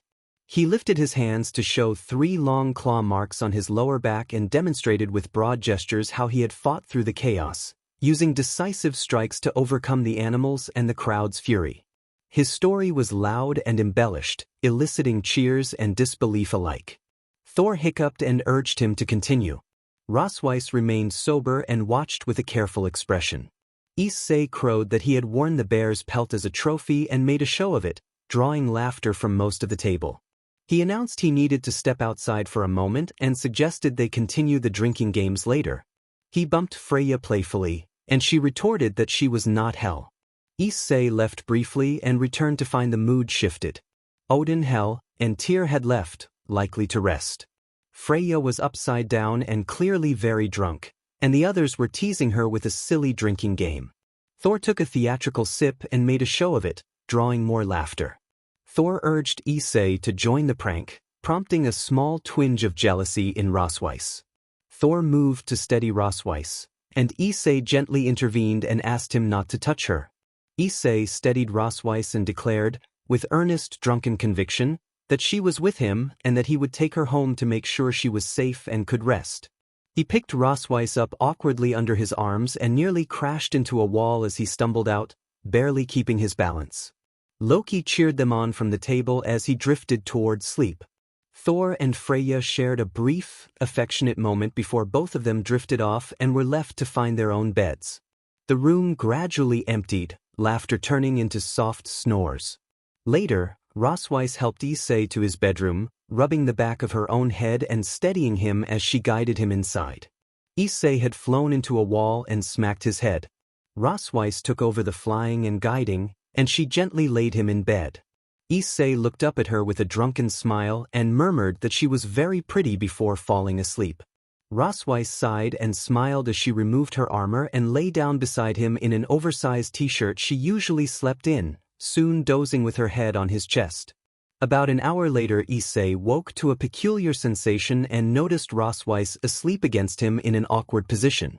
No longer affected by the alcohol, he gently moved her onto the pillow. As soon as her head touched the pillow, she awoke and, overcoming her hesitation, closed the distance between them and expressed the affection she had been carrying for days. They shared a tender, emotional moment that deepened the bond between them. The night that followed became private and NTMT. Their relationship took a new, more personal turn. In the quiet aftermath, they found comfort in each other's presence and a newly formed closeness. Issei awoke the next morning with unfamiliar feelings and realized how much had changed between them. Rosweiss remained affectionate even as he stirred, and she showed quiet signs of the closeness they had shared the night before. Issei, feeling a mix of surprise and concern, asked if she was sure she wanted to take that step with him. Rosweiss giggled and told Issei she wanted him. They shared a warm, quiet moment and settled in for the night. Rosweiss then stood up, stretched, and complained playfully about being sore. Issei teased that she had insisted they keep going earlier, and she admitted she had enjoyed herself. They freshened up and left the bedroom together. About half an hour later, they sat in the dining room of Rosweiss' apartment within Odin's complex, eating cereal and toast with juice.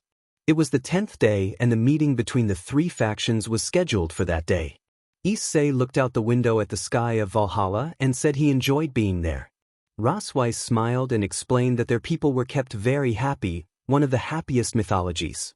Issei asked if she still wished to leave and come with him, saying he did not want to take her from such happiness. Rosweiss told him she wanted to go with him, that she loved him, and that she was willing to stand by him through everything. She asked to join his peerage and become a devil. Issei agreed but asked if she had family. Rosweiss admitted her only blood relative was her grandmother Gondal, who was very protective. Issei said he should meet her before they left, and Rosweiss suggested they go right away. They flew for about 10 minutes to the countryside and arrived at a small shack. An older woman came out with a big smile and opened her arms to Rosweiss. Gondal greeted her warmly. Rosweiss apologized for not visiting over the past weeks and said a lot had happened. Gondal mentioned that she had heard Odin had sent Rosweiss to work at a gentleman's club and narrowed her eyes. Rosweiss defended Odin and added that he had been reprimanded for it, smiling. Gondal laughed and teased that she assumed the person who confronted Odin was not Rosweiss. Rosweiss shook her head and looked over at Issei, who stood respectfully with his hands behind his back. Issei bowed to the older woman and introduced himself, explaining that Rosweiss spoke of Gondal fondly. He corrected Gondal's impression by saying he had intervened to help Rosweiss leave that work and had confronted Odin on her behalf. Gondal noted his manners and asked if he was Rosweiss' fiancé. Issei clarified that marriage had not been discussed, but that they cared deeply for each other and that was why Rosweiss had come to tell her. Gondal asked Rosweiss if she was certain about this man. Rosweiss affirmed that she loved him greatly, that he was a good man and that even Odin did not compare. She added that he was also Odin's son now and pleaded for Gondal's blessing. Gondal asked if Rosweiss would be happy. Issei promised to make her as happy as he could, acknowledging that life would not always be easy but vowing to wipe away her tears and do his utmost to bring her smiles. He vowed to protect her from harm as long as he lived. Gondal responded that she would allow them to be together as long as Issei kept Rosweiss safe and happy, and warned that she would not forgive anyone who harmed her granddaughter. Issei accepted the risk and the responsibility. Issei then prepared the ritual. He placed 2 pawn pieces over Rosweiss' heart and closed his eyes. The devil powers took hold and 2 wings unfurled from her back. Rosweiss cried with emotion and embraced him, pledging to be at his side through whatever came.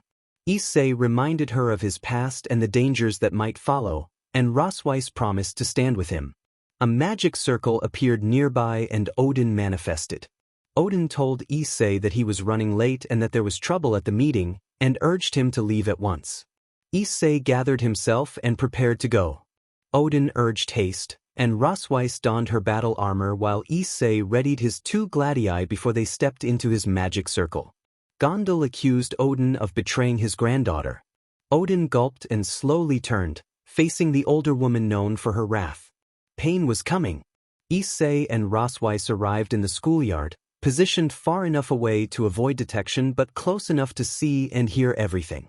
Issei recognized a male voice from long ago, a sound that stirred so much rage in him that the golden flecks of Excalibur flared in his eyes. Rosweiss noticed the change and fell into step beside him.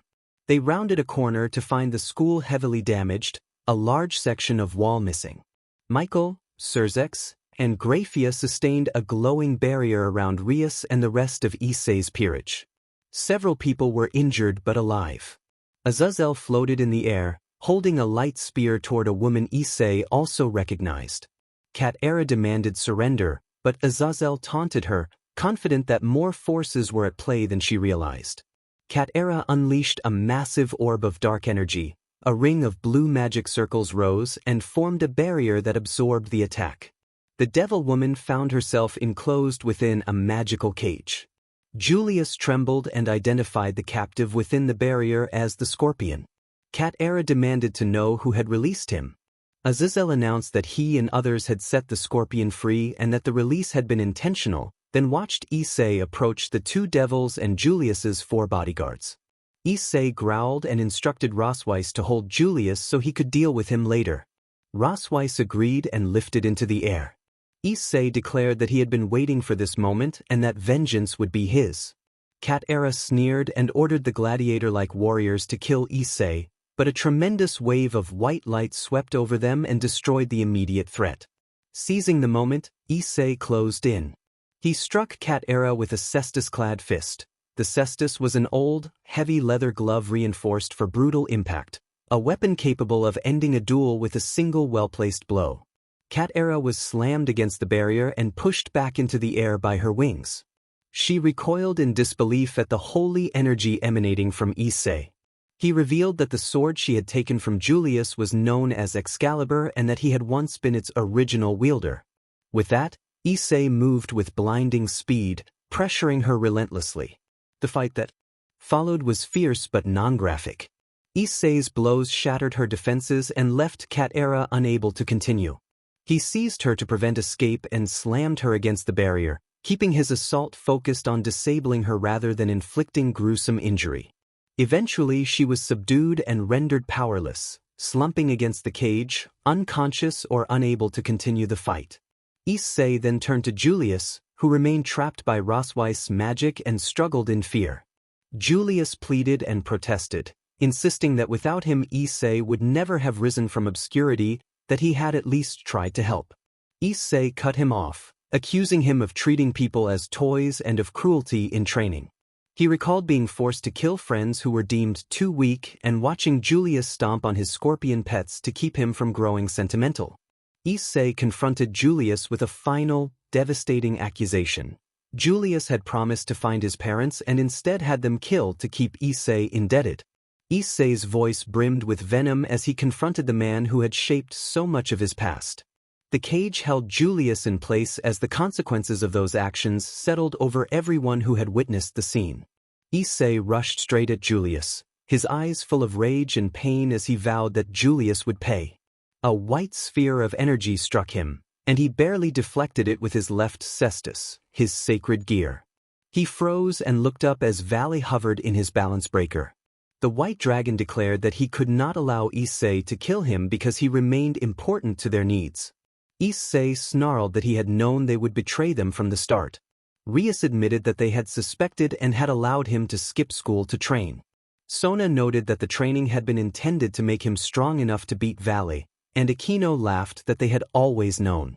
Valley laughed in response, and Issei's eyes turned completely gold as golden electricity began to arc across his body. He accused Valley of betraying others in pursuit of power, just as his master had. Valley, intrigued, charged and reappeared with a right hook. Issei raised his arm and blocked, surprising Valley with the strength of the defense. Valley jabbed, Issei blocked again, then grabbed Valley's wrist and drove his electrified forehead into Valley's faceplate, cracking it. Issei followed with a blow that shattered the plate. Valley fired a powerful blast that struck the school's wall. Issei ducked beneath the energy and leapt, driving his knee into Valley's chin to stagger him, then used his elbow to press Valley back. He finished with a roundhouse that broke Valley's chest armor and sent him flying. Issei's presence demanded attention. Valley, shaken and wiping at his mouth, marveled at how in 10 days Issei had grown from no threat into someone who could break armor with his bare hands. He reformed his armor and shot into the sky in a bolt of white light as his armor arced with power. Issei sensed the change and vanished in a golden bolt. The two clashed across the sky, thunder accompanying each collision and shockwaves cracking the earth and toppling trees. Seraphal warned that the battle was dangerous. Surzex expanded a protective barrier around the school and Azazel returned to assist with the defenses. Azazel observed that Issei must have trained intensely to reach this level of power and wondered where he had learned it. Nearby, Rosweiss held Julius under the barrier. Rias approached and demanded to know who Rosweiss was. Rosweiss presented herself as Issei's newest ally, explaining that she had been one of Odin's Valkyries and a granddaughter of Gondel, and declined to reveal how Issei had found her. She then turned her attention back to the stalemate above. Azazel noted that Issei was wielding Norse magic, and Surzex confirmed that Odin had trained him, recognizing the rune-based power. They considered the implications, and Michael worried that Issei might be drifting away from the three great factions, which would be a serious setback. Back in the sky, Issei gained the upper hand and slammed Valley toward the ground. He came down with his right leg outstretched. Valley barely dodged as Issei's foot struck the earth in an eruption of dust and lightning, and a sweep of golden energy tore through nearby trees. Valley, exhilarated to finally face a worthy opponent, launched a large ball of dragon energy that met Issei's own golden attack. The two impacts collided and sent both fighters flying, Issei into the barrier and Valley reeling as the holy-like power crackled across him. Albion warned that the strike would have been lethal without the protective armor. Valley resolved to press his advantage and struck Issei's jaw as he rose from the barrier. The jewel on Valley activated and halved Issei's power, but Issei seized Valley, slammed him against the barrier, and hammered at the armor. He accused Valley of threatening his family and friends out of boredom and of abusing his power without regard for others, then unleashed an uppercut that shattered Valley's armor. However, Valley's right hand condensed into a large ball of dragon energy and he struck Issei's chest, sending Issei skidding across the field. Valley appeared above Issei and told him he did not deserve to lecture him, then landed a heavy blow that knocked Issei back to the ground. Valley kicked Issei in the stomach and followed with a jab to Issei's chest that sent him flying into the leader's barrier. Valley declared that he lived only to fight strong opponents, grabbed Issei by the throat, and body-slammed him onto the ground. Issei responded that Valley had threatened his friends by aligning with the Cow's brigade and tackled him. Issei lifted Valley, slung him over his shoulder, charged, and slammed him against the barrier of the leaders. Issei then drove a knee into Valley's face mask, shattering it. Both fighters were battered and breathing hard. Valley insisted he had no interest in world domination and that he followed the Cow's brigade for the chance to face strong opponents. He followed with an uppercut to Issei's jaw and a headbutt to the chest that staggered him. Issei tackled Valley onto his back and pinned his arms beneath his knees. He pummeled Valley's face until Valley went limp, shouting that Vala deserved to die. Issei pressed his hands to Vala's throat, eyes filled with rage, and Vala weakly reached to stop him but could not. Azazel moved in from behind and tried to gently pull Issei off Vala. Issei broke free of Vala and struck Azazel in the gut, snarling for him to stay out of. A large stick then struck Issei in the face and chest, sending him backward. A laughing man announced that he had come in time to save Vala. Azazel, brushing himself off, recognized the newcomer as Biko and concluded that Biko had joined the Cow's brigade, explaining that Biko had been saved by Vala and chose to follow him. Vala leaned against Biko, exhausted and bleeding, and the two disappeared. Issei roared and charged, summoning 2 gladius swords, but Azazel grabbed him and held him back. Issei struggled while Azazel kept a firm hold. When Azazel released him, Issei pressed his swords against Azazel's neck, blood at his mouth, eyes flickering with black and gold. Akino approached and wrapped her arms around Issei to calm him, urging him to stop, saying he was not himself. She held him tightly and placed a reassuring touch at his neck. Her presence helped Issei lower his swords. He then threw the swords toward Julius, who had been kept in place, and the weapons struck Julius in the gut. Julius coughed, grasping that Akino had told Issei to calm down. Issei said that he was calm, then pulled the swords upward through Julius. The blades pierced Julius and then dispersed into mist. Julius collapsed, overcome, and Issei walked away toward the gym showers without further hesitation. Surzex asked where Issei had gone, and Kaneko answered that Issei had headed to the showers. Surzex sighed as their troops began to reappear through magic circles and the barriers set up by Issei and Rosweiss finally dissipated. Surzex commented that the situation was a mess but salvageable. Michael noted that at least everyone was alive. Irina said Issei was going to feel terrible. Serafal asked why, and Zenobia explained that Issei had not been there to protect them. Later, Surzex greeted Issei warmly and was glad to see him all right. Issei sat in a chair that had somehow survived and asked what was next for the meeting, admitting he was ready for bed. Azazel explained that they were making peace and wanted to hear what Issei wanted for the world before it was finalized. Issei said that what he wanted was simple, to live in peace with his family and friends in Kuo and keep them safe. He made clear that anyone who attacked his friends would face his wrath, and to that end he summoned his balance breaker and Excalibur, slamming them into the broken table and declaring that the price for harming his loved ones would be death. He sat back down and added that since he believed these others would not threaten his circle, they had no need to worry about him, only about those who had attacked. Azazel chuckled and said he thought they could agree Issei posed no threat to their peace and might be their trump card. Surzex and Michael concurred, thanking Issei for his efforts. Michael addressed Issei, promising assistance within his power. Issei then asked a favor. He looked Michael in the eye and asked 3 requests.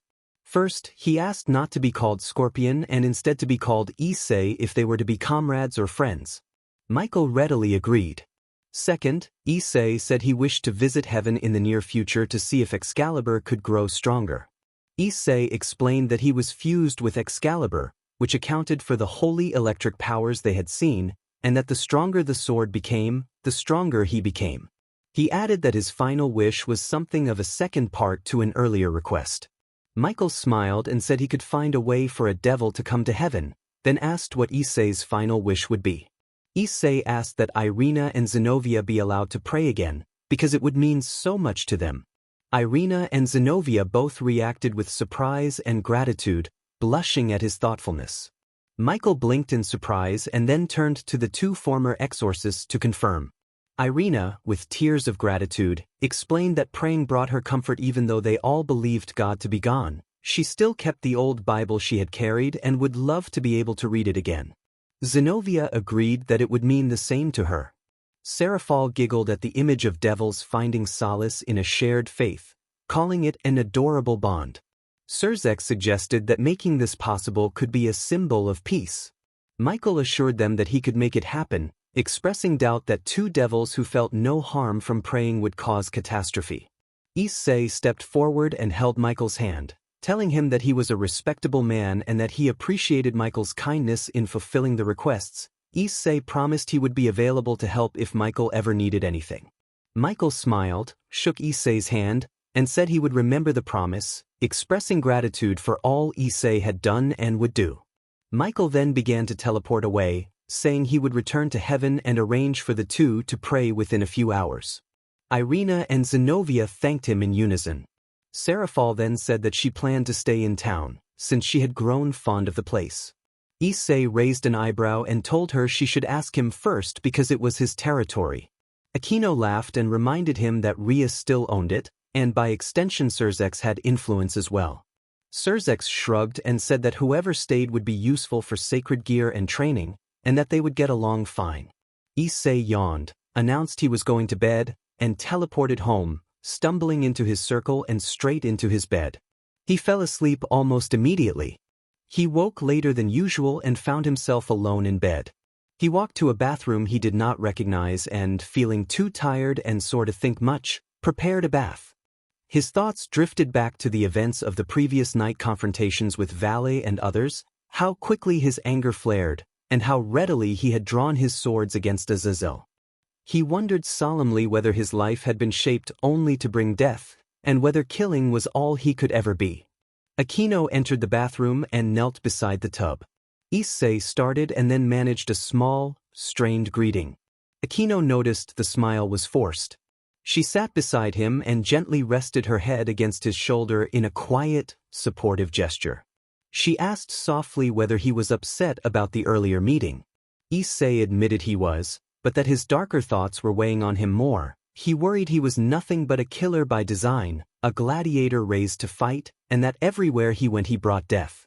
Aquino listened and, seeing how much he was suffering, moved closer to offer comfort.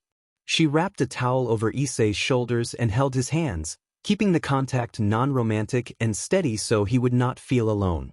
She stroked his hair gently and let him release his pain in sobs, providing a calm presence while he mourned the lives he had taken and the childhood he had never had. She allowed him to feel and grieve rather than bottle everything inside.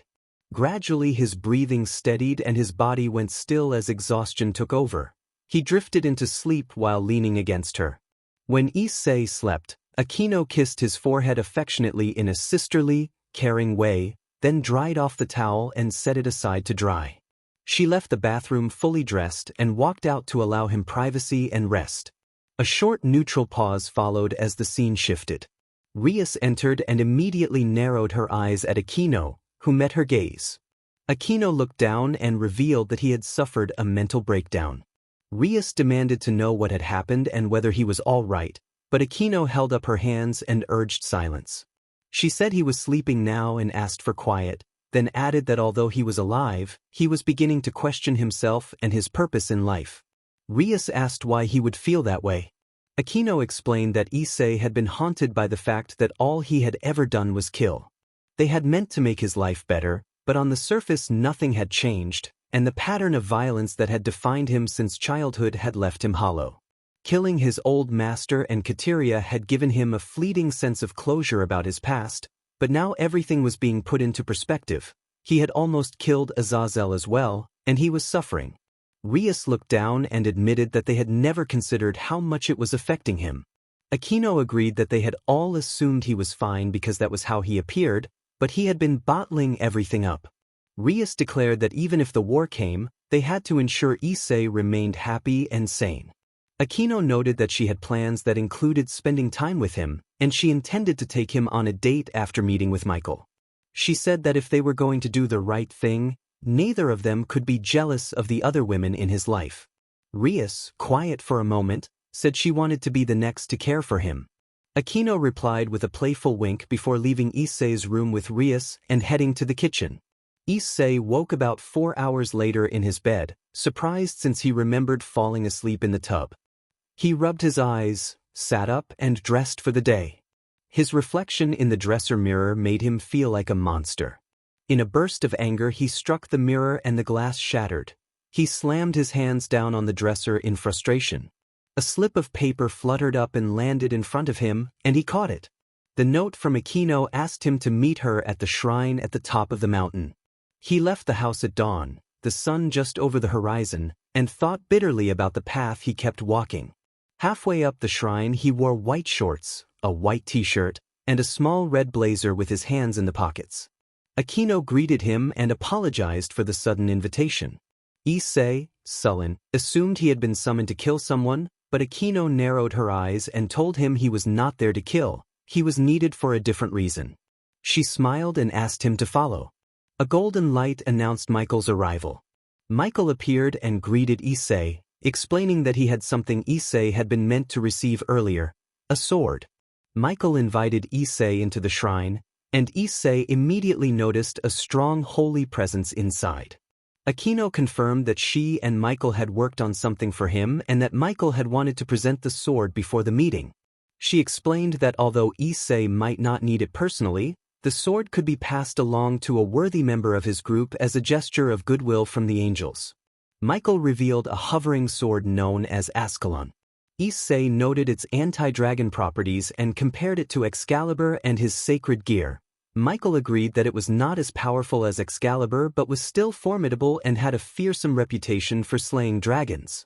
Michael hoped Issei would accept the sword and find the perfect wielder among his peerage as a gift from the angels, who had already started assisting after receiving information about the Evil Pieces system and the sacred gears Azazel had been studying.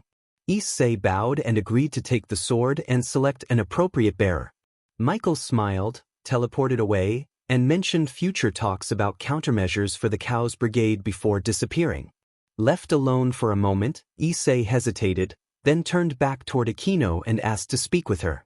She wiped the tea and dishes from earlier and invited him to speak. Issei brought up what Kokabeel had said about Aquino's father being Barakiel and asked if that meant she was a fallen angel. Aquino confirmed that she was, her voice and expression carrying deep sadness. She stood and revealed her mismatched wings, one more devil-like and the other bearing the traits of a fallen angel. She explained that she had grown up resenting her angelic side and had accepted the offer to become a devil to spite her father, the result being a painful blend of both kinds of wings. Issei stepped forward and held her from behind, wrapping his arms around her waist in quiet support. He gently touched the fallen angel wing and told her that there was no reason to keep dwelling in sadness and that he thought her wings were beautiful. Aquino turned toward him, surprised, and tears gathered in her violet eyes as she admitted that she had wanted to tell him for a long time. Aquino reminded him softly that he hated fallen angels, that they had nearly killed him and many others. She said it was not hard to guess what he thought of them. Issei responded that she was wrong. He hugged Aquino's fallen angel and devil wings to him, holding them close to his face, and told her that he did not hate any race. He explained that if he did, he could not have found happiness with a devil or a human, and that none of that changed who she was. He told her that she could not choose her birth or her father, but she could choose who she was.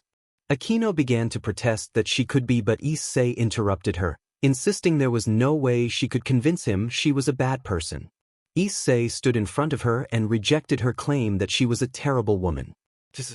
Plainly that, to him, she was one of the greatest women he had ever met. He admitted he did not deserve much because of his past and future actions, and that he did not deserve to have met her, but he had, and he was grateful.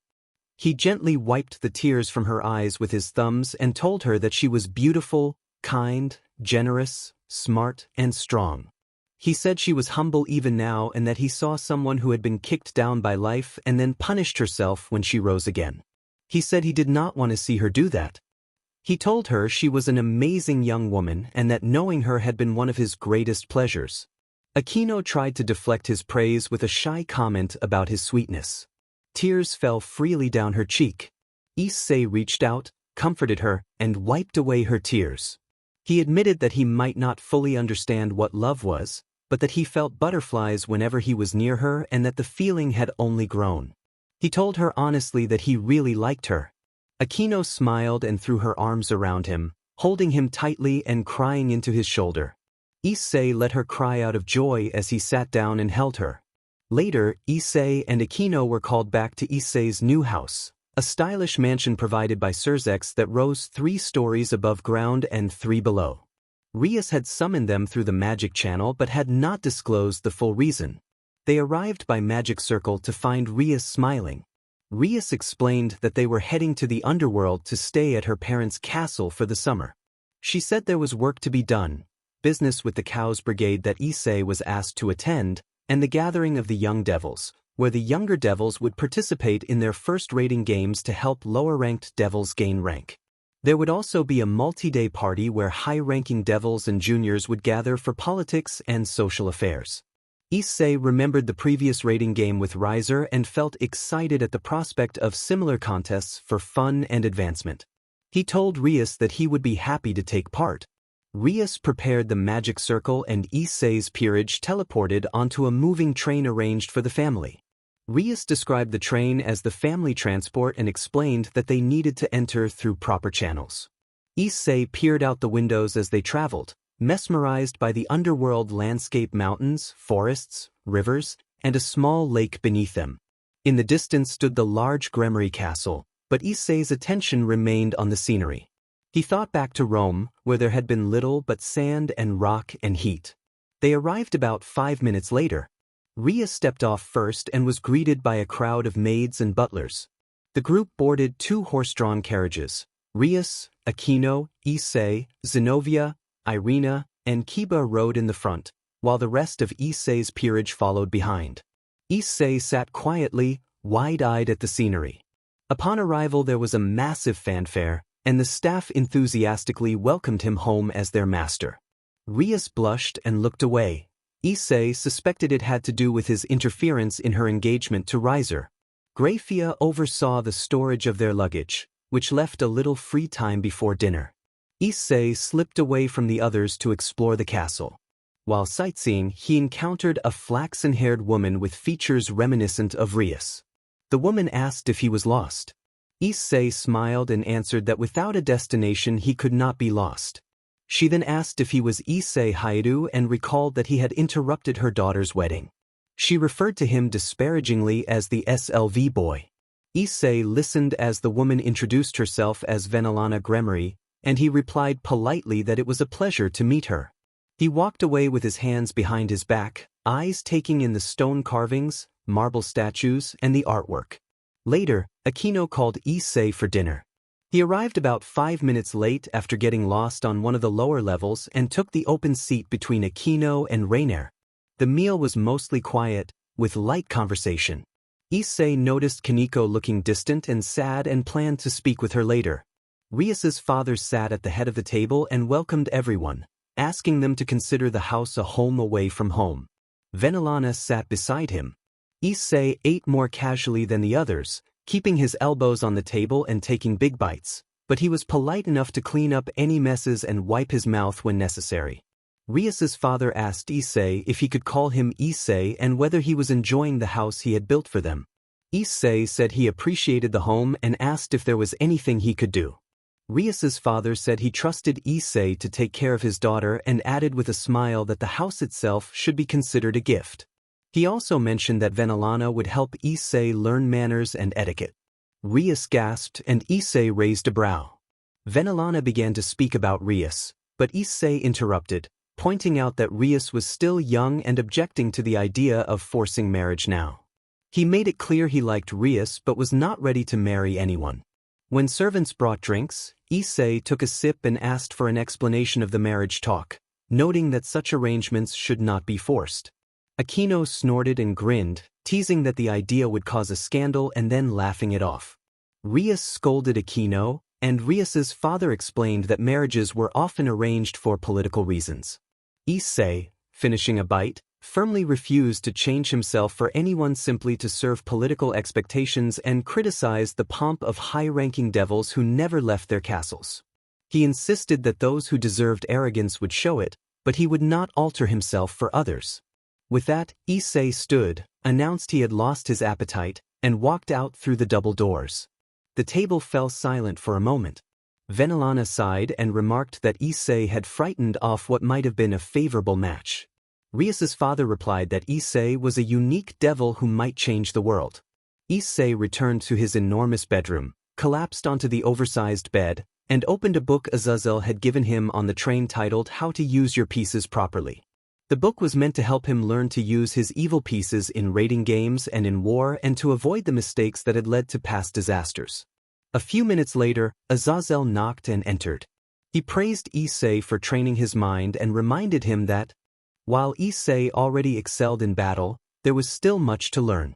Azazel offered to sit with him and quiz him. He also invited Issei to join him at the hot springs outside the castle for a talk. Issei agreed, stretched, and followed Azazel in companionable silence toward the springs. They relaxed in the hot spring, Issei on one side and Azazel on the other. Azazel asked if Issei had been trained by the Norse, and Issei nodded, explaining that Odin, Thor, Loki, and a few others had overseen his training. Issei recounted how the training had begun. He said that as he was teleporting away to prepare to confront Vale, a magical block on his teleportation diverted him to a single location in Norway. From there he had ended up in a town with a gentleman's club and a casino. Unaware of the situation, he had waited in a booth for someone he had arranged to meet. He described recognizing the silver-haired woman he had met there and deciding to help her leave her job, learning afterward that she was Rosweiss and had been assigned to gain experience in that environment. Azazel laughed at the irony that Odin had a hand in that arrangement, and Issei rolled his eyes at the story. Issei continued that as he was leaving the club, Odin and Thor entered. In the ensuing confrontation, he struck Odin twice, an action that surprisingly led to Odin taking a liking to him. Odin brought him to Valhalla, where Issei underwent intense training, magical and physical, including lessons with Excalibur and improvements to his sacred gear. He explained that he could now wield Excalibur properly and had learned to use his balance breaker to form any weapon he chose, which accounted for his dual cestus. Azazel expressed amazement at Issei's luck in surviving that encounter and being chosen for training. Issei shared that during his time in Valhalla there had been a raucous final night of celebration with Odin and the others. It had been boisterous and full of games and drinking, and he and Rosweiss had grown closer that night. Issei described his personal, pragmatic view on intimacy, and Ria's side at the cultural differences, teasing that dating someone from so different an age came with its own challenges. Issei protested mildly and the mood lightened. Azazel joked about Issei's growing harem, and Issei laughed before excusing himself to the upper floor, leaping over the wall and landing in the next pool. The women were gathered there, some already familiar, some to become part of his future circle. Issei relaxed on the ledge. Akino teased Issei for being daring as she sat beside him. Rias appeared on the other side and asked whether he had washed properly, and Issei smiled and said he was simply enjoying the hot springs. Akino playfully reached out and patted his arm, joking about his youthful energy rather than crossing any boundaries. Rias playfully lamented a missed opportunity from the past, and Issei explained his pragmatic approach to relationships again, emphasizing that love was more than any single act.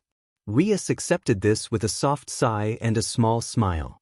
The mood turned affectionate but gentle. Rias and Akino each showed Issei warmth. He hugged them to steady everyone and reminded them not to fight over him, saying he cared for them all equally. Rosweiss attempted a playful advance, but Issei gently redirected her, and she accepted his response with a pout. With the evening winding down, Issei suggested it was time to wash up and get some rest. The women gave mischievous grins and helped Issei clean up in a light-hearted, caring way. Later, Issei awoke to find Rosweiss, Rias, Akino, Kaneko, and Zenobia asleep beside him, all having dozed after the long night of camaraderie and training. The voice in Issei's right ear came through his magic circle, repeating the message.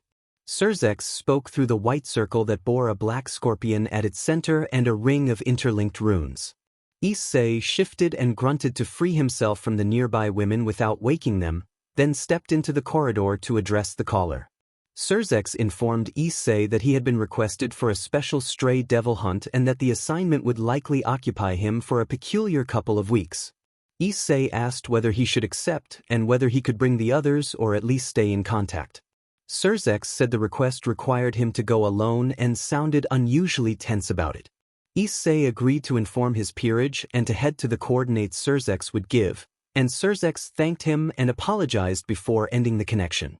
Issei sighed, made a hearty breakfast of eggs, sausage, and a biscuit, and read a book on being a better king as he ate. After finishing his meal, he went upstairs to where the household was preparing for the day. Rosweiss greeted him warmly and offered a brief, affectionate gesture. He returned it with equal fondness. Issei then told Rias that she would oversee his peerage while he was away, explaining that Surzex had requested he handle the mission alone.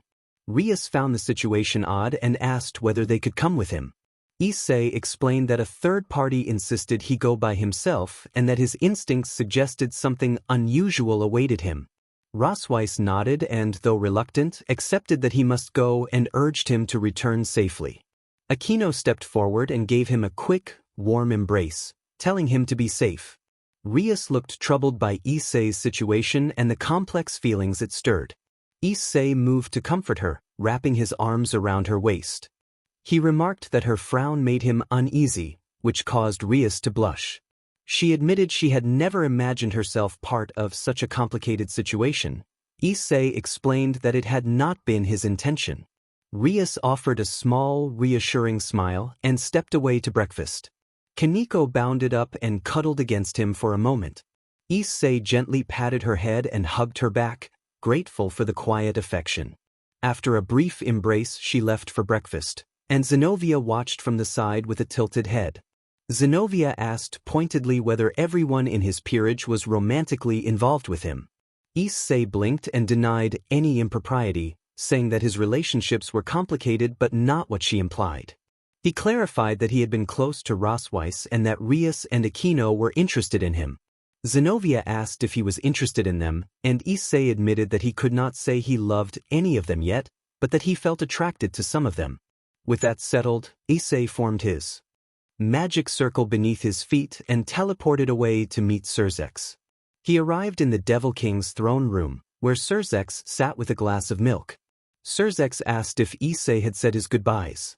Issei replied that he had and intended to call home every night. Surzex then explained the stray devil had been seen in a vast, mountainous forest region of northern Italy, a rugged area full of caverns and dense trees, terrain well suited to hiding. Issei agreed the conditions would make the hunt take time and noted that his own familiarity with the region was one reason he had been chosen, though Surzex declined to elaborate further. Before Issei left, Surzex thanked him for looking after Rias and observed that she seemed happier since Issei had entered her life. Issei said he was glad to have made her happy and admitted that she had brought more brightness to his own life. Surzex listened and then looked away, leaving an unfinished exchange between them as Issei prepared to depart. Issei explained that so much had been happening that his partner could barely do anything for him, that they were constantly fighting, and that he was about to head into battle. Surzex nodded and remarked that there was no rest for the wicked. Issei admitted he preferred this life over his previous one but wished it were not a continuous string of fights, especially with his master returning and Kokobile causing trouble. Surzex acknowledged that he understood and apologized that Issei had to bear so much. Issei said it was not Surzex's fault that people started problems and noted that he had been trained by the Norse, possessed a sacred gear, and owned Excalibur. Surzex observed that, as leader of the devils, Issei had to worry. Issei decided it was time to get to work and cracked his neck. Surzex prepared his magic circle, but Issei insisted on setting it up himself and asked for the exact teleportation point. Surzex supplied the location while Issei readied his circle. Issei arrived in Cuneo, Italy, the town nearest the Alpine Pass where he was to travel. The Alps, the mountain range bordering Italy, France, Switzerland, Monaco, Liechtenstein, Austria, Germany, and Slovenia, were the site of his final stand, the last battle against the Roman Empire. He entered the pass that connected Cuneo to the other side of the range and, after several hours, left the pass to head into the wilderness. The site where he expected the battle had been covered and altered by the Roman forces. A valley had been turned nearly unrecognizable. He searched for half an hour to get his bearings and then remembered a place from thousands of years ago. He knelt in the snow before a large slab of stone, channeled more energy into Excalibur, and drove the gladius into the rock to carve a marking. He carved the words "Here lies Cinder, brother and friend" into the stone. He moved the stone in front of a nearby tree and set it as a makeshift tombstone, then knelt and pressed his forehead against it. He recalled that Cinder had given up a life of luxury for him and had turned down the chance to return to the Roman military to stay with him and their companions. Issei remembered their time in the arena, how he had refused to kill Cinder and they had both been punished for that decision, and how afterward they performed together, never forced to fight because their master knew they would not kill one another. He told the stone that he missed Cinder and hoped he was living well. He promised that he would continue Cinder's legacy through his weapons. Issei set Excalibur and the scales of Grendel on his lap and considered them. He placed the scales to the side and summoned Excalibur. The holy sword reshaped itself through his sacred gear's mimic ability. After a few moments, Excalibur altered from a gladius into a gauntlet. The gauntlet covered his hand and half his forearm, its digits edged and its knuckles reinforced to increase the force of his blows. He smiled at it and then retracted the weapon back into his body, where Excalibur resided and would manifest at his command. Issei said he would return to the site again and stood, heading deeper into the wilderness to follow the trail of stray devils reported in the Alps. He expected to spend considerable time in the woods to locate them. 8 hours later, he set up a small camp beneath a stand of spruce trees. The only sign that he was on the right track was a small campsite used by the stray devils a few nights earlier. While preparing his camp, he heard a soft cry and found a large bird had crashed into the snow nearby, a golden eagle. The eagle could not fly more than a short distance. One wing was bent at an awkward angle and it lay injured. Issei moved to the bird and picked it up, steadying it by the talons and holding it to his chest. The frightened bird pecked and snapped, but he held it firmly and soothed it with calm movements. He sat on his sleeping bag and gently stroked the ruffled feathers until the bird quieted. Not far away, a woman of about 5'5" moved through the trees, approaching the campsite. Her silver-white hair fell in a fluffy cascade down to her waist. She carried a wooden bow adorned with thorn-like decorations and a quiver of arrows on her back. An arrow was already nocked and drawn. She climbed a nearby tree and took aim at the unsuspecting man in the clearing. As she prepared to release a black-tipped arrow meant to incapacitate, she saw the injured eagle in Issei's right hand and, on his left, a white magic circle bearing a black scorpion motif with runes swirling around it. She hesitated. She watched the supernatural man pour healing magic into the bird. She recognized the spell because she used it herself from time to time. She returned the arrow to her quiver. He was not her target, so she moved on. She assumed he was unaware. After about an hour of setting the bone and mending the eagle, the bird looked up at Issei with admiration and he stroked its head. He then released the eagle into the air, sending it back toward home. Issei yawned, cast a protective ward he had learned from Norse lore, formed a barrier, and fell asleep.